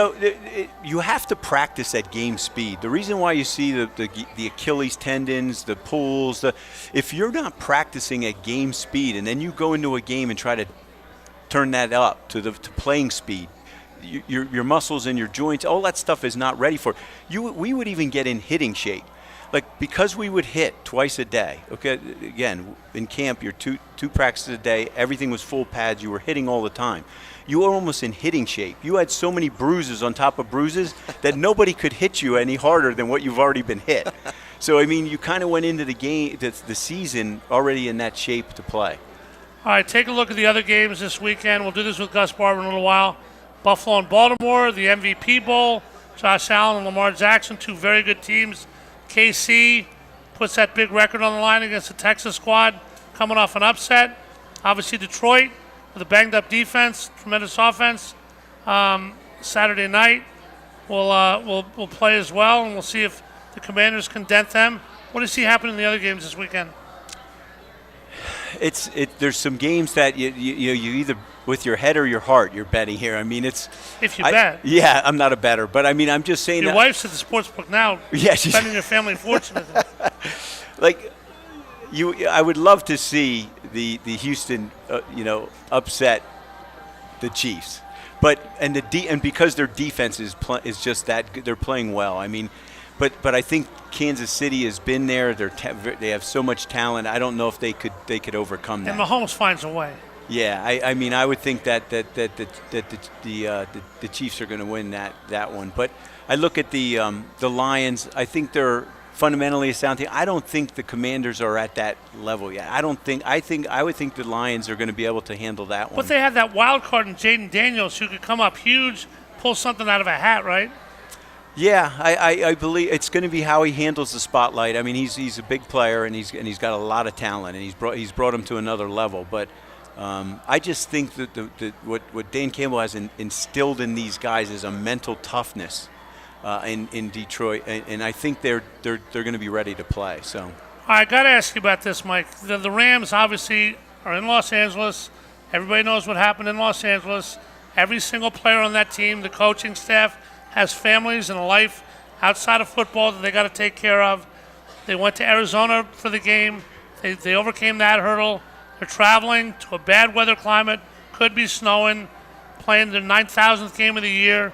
Banged up a little bit. At what point does that catch up to them? At what point are they on fumes, or does it just run through? And can the Eagles catch a dead team Sunday? What can they expect? Because the whole country is rooting for the Rams on Sunday. Yeah. That's not rooting for the Eagles. What are we expecting? What kind of game? I mean, they played Monday night, shorter week. What are we expecting from the Rams? I think because of their coach and again, I think that you see the way the defense has responded this down the stretch. They've gotten stronger. Yeah. And so they're hitting stride at the right time. I think that's the thing that concerns me most about a Ram football team. And you have Stafford at quarterback. He's a veteran. He's been there. Yeah, you have 2 great receivers. You have a good tight end. It could cause the Eagles some problems. So, hey, listen, you talk to the guys even that played on the Eagles football team that went to the Super Bowl. And when they played the Raiders, I believe it was Dick Vermeil took them because it was out in, I guess it was in L.A. or wherever it was. He took them to the stadium like 4 hours in advance of the game because he didn't want to hit traffic. And they sat in the locker room and Dick actually drove? Yeah, like the school bus. He drove the bus. And so they sat in the locker room and then they were watching the pregame. He turned off the pregame. So they sat there for 4 hours processing the game, nervous energy. And by the time they hit the field, they were flat. That's how it can impact you. They were flat when the guys that played on that team that I played with when I got to the Eagles. He said they were flat. And you look at all these challenges for LA. Yeah. Potentially galvanizing. I mean, when a team has adversity, right? Sometimes it brings everybody together. Man, that's for sure. Doesn't change jet lag. It could be a magic carpet ride. But jet lag, I mean, you guys are on chartered planes. It's still a plane ride, but I think they're coming in like the day before the game, too. Yeah. So. That I don't understand. I thought they would come in earlier. All right. We'll take some poetic license. Let's say we get past the Rams, the Eagles get past the Rams, somehow get past Detroit, which is a leap of faith. What AFC team do you want to play in the Super Bowl if the Eagles get there? I think, and again, this is more of the heart. I see Josh Allen and the Bills, and I look at them, and I think they're the team that could be I think he takes them to another level. Already beat Baltimore. Yeah, I think they could beat Baltimore. I think he carries that team, and I think that they believe in him, and they're a team that's hitting stride at the right time. All right. And, my nephew is a Ravens guy, so I would like to see Lamar and the Eagles in the Super Bowl. You know John Harbaugh? No, I don't know John. No. It is kind of like a local connection. Baltimore, Philly. You do have there's a dividing line down there in Delaware. Where you get a little bit of get to Northern contention. Maryland. Yeah. Get that. I'll tell you what, they're great. Ravens are a great football team. Their defense is strong. Henry, of course, is a stud. I mean, he can carry them alone. But I look at Jackson. I think his legs are great. His arm, I don't know. I don't know if they and Flowers. Who knows if he plays? So I don't know. It's I'd like to see the Bills get a shot at it. Well, we'll see. They've certainly had their chances. Haven't really done it yet. College game Monday night. Buckeyes of Ohio State against the. What is Notre Dame called? Fighting Irish. The Fighting Irish. Yeah. Golden Domers against the Buckeyes. Who you got? I like the Buckeyes. I think they're a good, sound football team. I think the quarterback brings a lot to the table. I think he's real mature for his age. I think he just handles the pressure and all the things. I think they're very talented. Yeah, they're a better football team, I think. All right, quiz Mike Reichenbach. Who was the Eagles receiver coach under Chip Kelly in 2014? Oh, no. And why am I asking you that question right now? My wife, Lynn? No. Your wife, Lynn? No. She was 2016. Oh, I'm sorry. Yeah. The receiver coach for the Eagles, Chris, do you know this? I do not. It was a man named Ryan Day, who now coaches the Ohio State Buckeyes. Wow. Chip Kelly is his OC, got him from UCLA as the head coach. They're best buddies from New Hampshire. Day played for Chip Kelly at New Hampshire. That's interesting, because weren't they earlier in the year trying to fire him? Weren't they like not happy with him? Yeah, when they lost to Michigan. And there are people, believe it or not, my dad went to Ohio State, his whole family, my mom, sister, everybody. There are people, Ohio State could win the national championship. And still want to fire. And people say, but you lost to Michigan. Wasn't a great year. That's hard. That's going a little bit too far. I want to get rid of him for a bad beard dye. Yeah, that's true, too. There Could be a bad beard dye. He's looking for a commercial is what it is. There we are. Just for men. Come on down. Just for Ryan. All right, Mike Reichenbach will be here till 5. Mike Reichenbach will be here when we come back. We're going to bring Gus Barber in, our associate producer back at the station, who's going to talk about what he likes in some of these football games with Chris Hermer. I'm Paul Jolovitz, and we are all in at the Mount Airy Casino Resort. Had a great time today. Come on down, play some, get warm, win some money. Back right after this. Stay with us.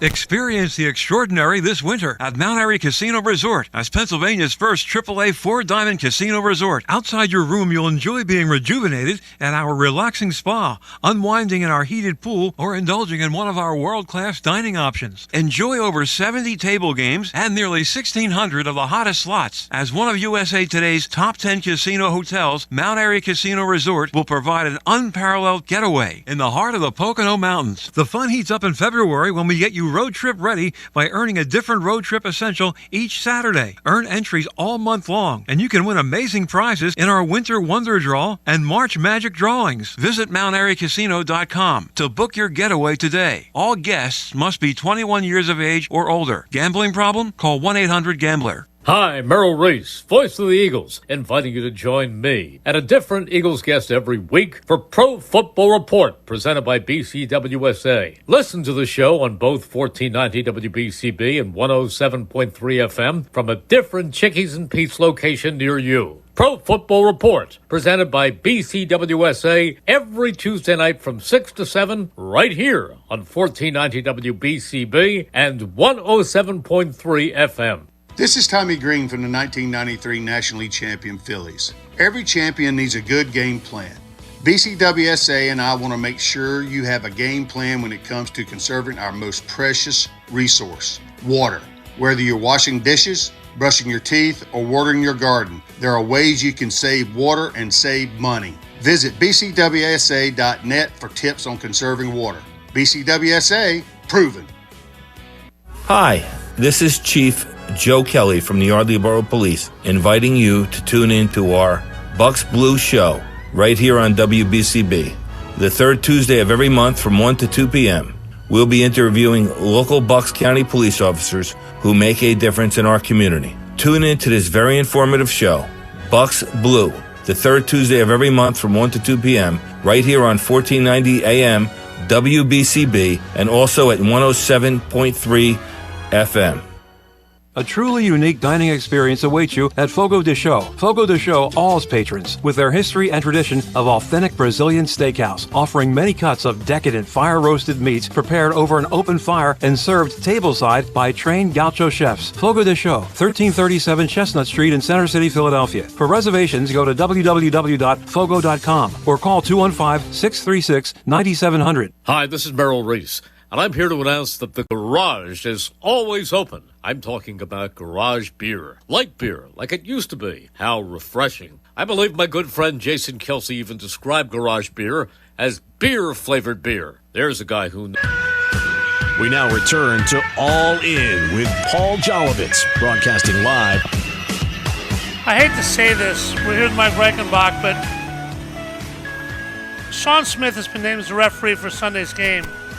I have absolutely no problem with that. There are Eagle fans that are upset that he threw C.J. Gardner-Johnson out, Mike, last time they played. C.J. Gardner-Johnson obviously said something he shouldn't have. He got a warning. He knows the secondary can be thin, that people come in, that you don't want backups here. And then he kept going and got thrown out. And everybody got on Sean Smith for throwing him out. I get on him for getting thrown out. Right. How do you feel about that? Yeah, no doubt. I mean, listen, the refs are well aware, not all of them. Some of them are harder than others, but they know these guys are passionate. They know that the stake of the game. But players, you got to have, Buddy, and that was another thing. One of the good things Buddy would always say is you have to have controlled aggression. You got to play aggressive. You got to be passionate, but you can't be emotional. Because you look at their coach, Sirianni, he's a guy that is more emotional than he is passionate. When you're yelling at the fans, great point. You can't do that. I mean, so there's passion and there's emotion. So players got to kind of rein that in. Is it time for an extension for Nick, for Howie, guys? To me, it is. I mean, I don't know what else Nick Sirianni has to do. He obviously won a Super Bowl. He's won a playoff game this year. How do you possibly say, if you're Jeffrey Lurie, you haven't done enough and bring somebody else in? You look at the candidates for these other jobs. I mean, obviously Howie and him are getting extensions, right? When? Chris? Well, I feel like he's probably earned it, so I don't really know about the business side about like when they would want to make that call. It might be after the season, an exit interview kind of thing.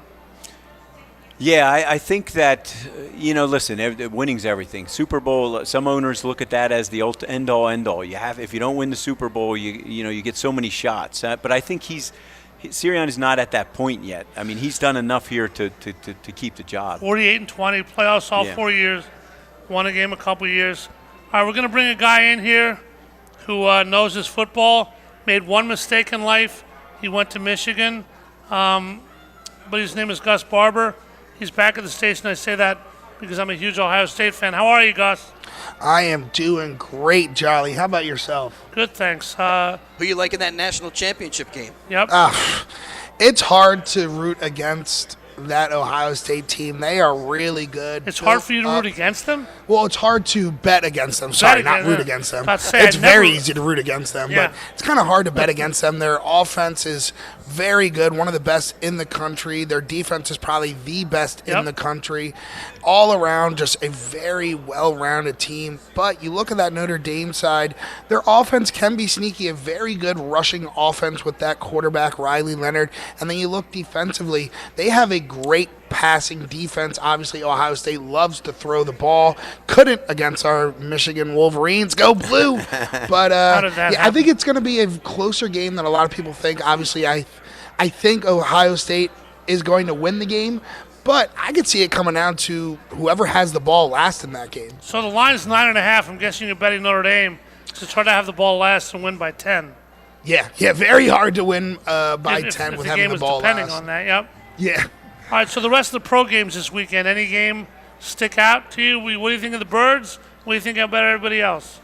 Well, obviously, the Birds, I think this is the matchup they wanted. You look at what goes well for the Eagles offensively and what the Rams don't do well defensively. Defend run the ball, defend the run. And you saw Saquon Barkley go for a career night just a few months ago in that Los Angeles Rams game. I don't see that changing at all.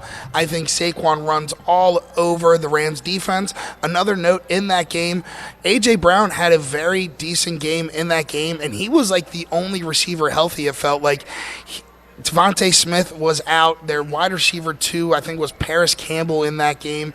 Dallas Goedert was hurt. I believe, if I'm not mistaken, Jordan Mailata was also hurt during that game. So a lot of injuries offensively, and they still were able to handily beat that Rams defense. The Rams defense, they went all out against that Vikings team.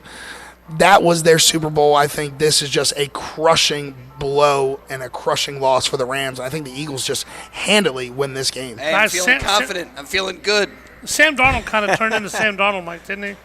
Yeah, he had a tough one. I mean, it seemed like he lost his confidence. I mean, again, I don't think the Vikings line is anything to talk, bring home. But I don't think they're that good, and I think he's taken a lot of hits. But yeah, he kind of lost his confidence. Looked like he fire in his eyes. How much money did he cost? I mean, I'm guessing somebody will have him as a starter next year, but I don't think he's going to get that 5-year huge deal.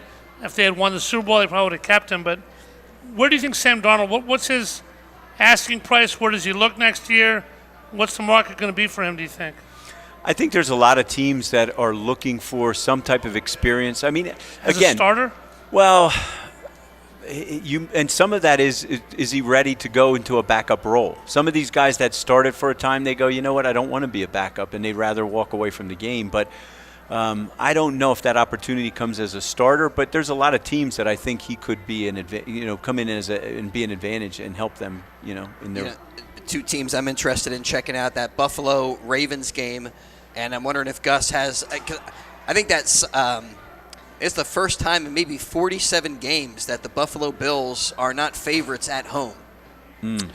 47? Have we done some research? I believe, yeah. Wow, in the cold, too. That's. I seen it on TV. They love that up there. What's the weather supposed to be for their game Sunday night? Snow? They say cold. That's all I heard, cold. It's always cold. But Baltimore's used to cold. May get some snow here. How much before Gus goes to that, how much does snow affect a football game? If it's hard snow, offense or defense, you guys slip, they can't throw. Who does it hurt more? It depends if it's grass or if it's turf. Turf is not as much. It's not as much snow. It's wet. When you get wet, like we used to play when I was at the Dolphins, we'd go up to Buffalo late in the year, and if you would hit the turf and it's wet, it's containing water. Once you got wet and that cold air hits you, that's different. Snow's not. I don't think snow is that. It's more bigger impact to running backs and things like that. Maybe receivers cutting. That it's more offensive impact. That's why I always marvel at that Shady McCoy game, right? He had that snow day. He went for like 200 plus. Yeah, that was. What about you, Gus? What do you think of this? Yeah, I think Buffalo being a home underdog is just baffling to me. It's still 1 point, but just seeing how these teams they played all season, I think Josh Allen is solidified himself as the MVP. Just the way that offense has played, it is mind-boggling to me that they are the underdog. The Ravens defense, passing defense-wise, they are the third worst in the league in the passing defense. And Buffalo Bills, their offense has revolved a little bit more around the running game this year, but Josh Allen can still throw that thing. So Buffalo being an underdog, I think it kind of makes sense, but it's a little shocking to me with them being home. And I think Josh Allen, passing-wise, is going to have a huge game against the Baltimore Ravens. And a name to watch out for, I think, is Khalil Shakir.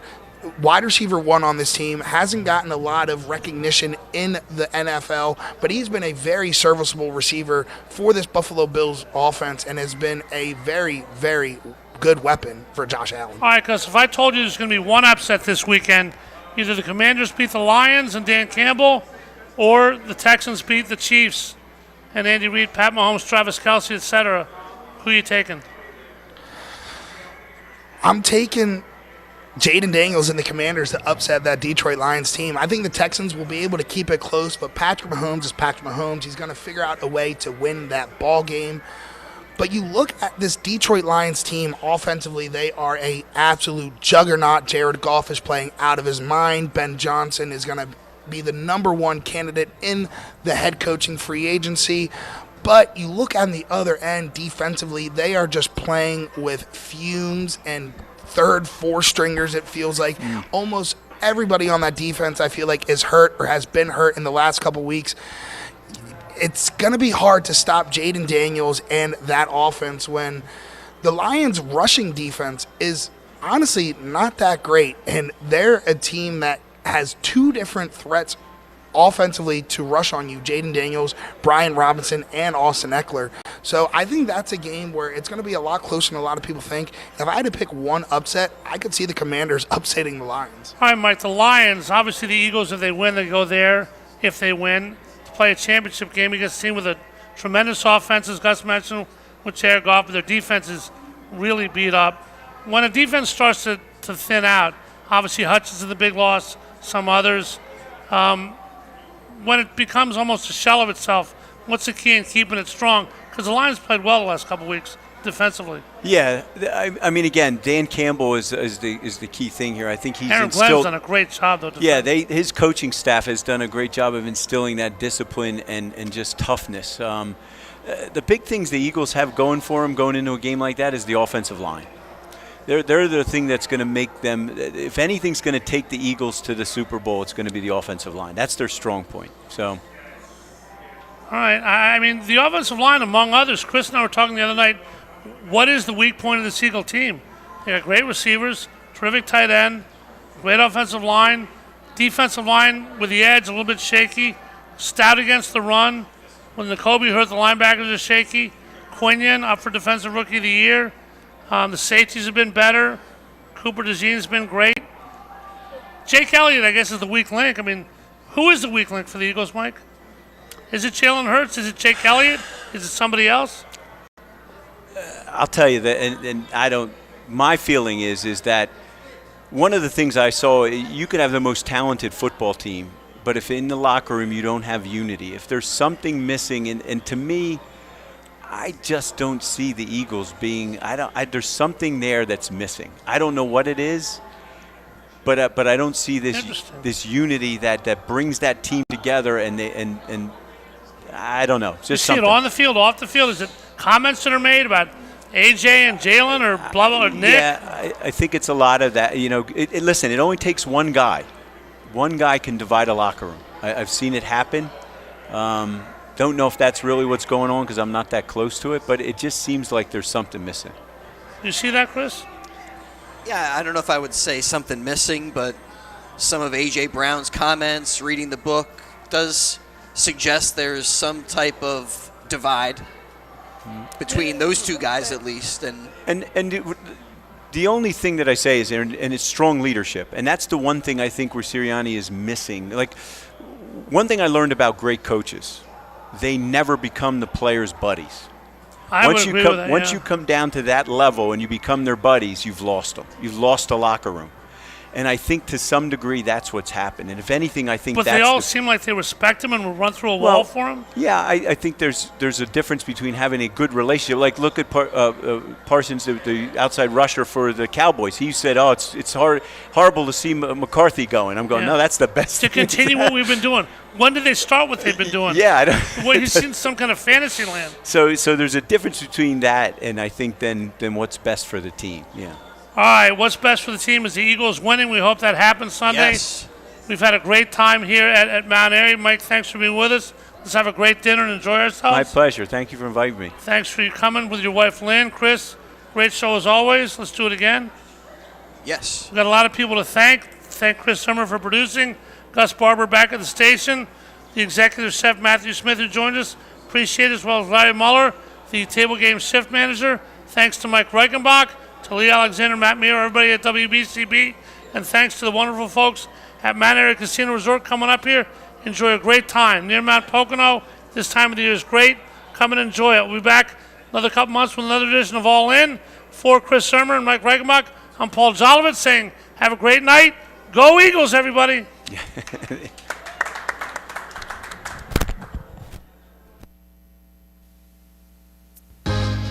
With this ring, I promise I'll always love you, always love you. The music, Watch the shore on a lonely island in the sea. the memories, the magic of Philadelphia.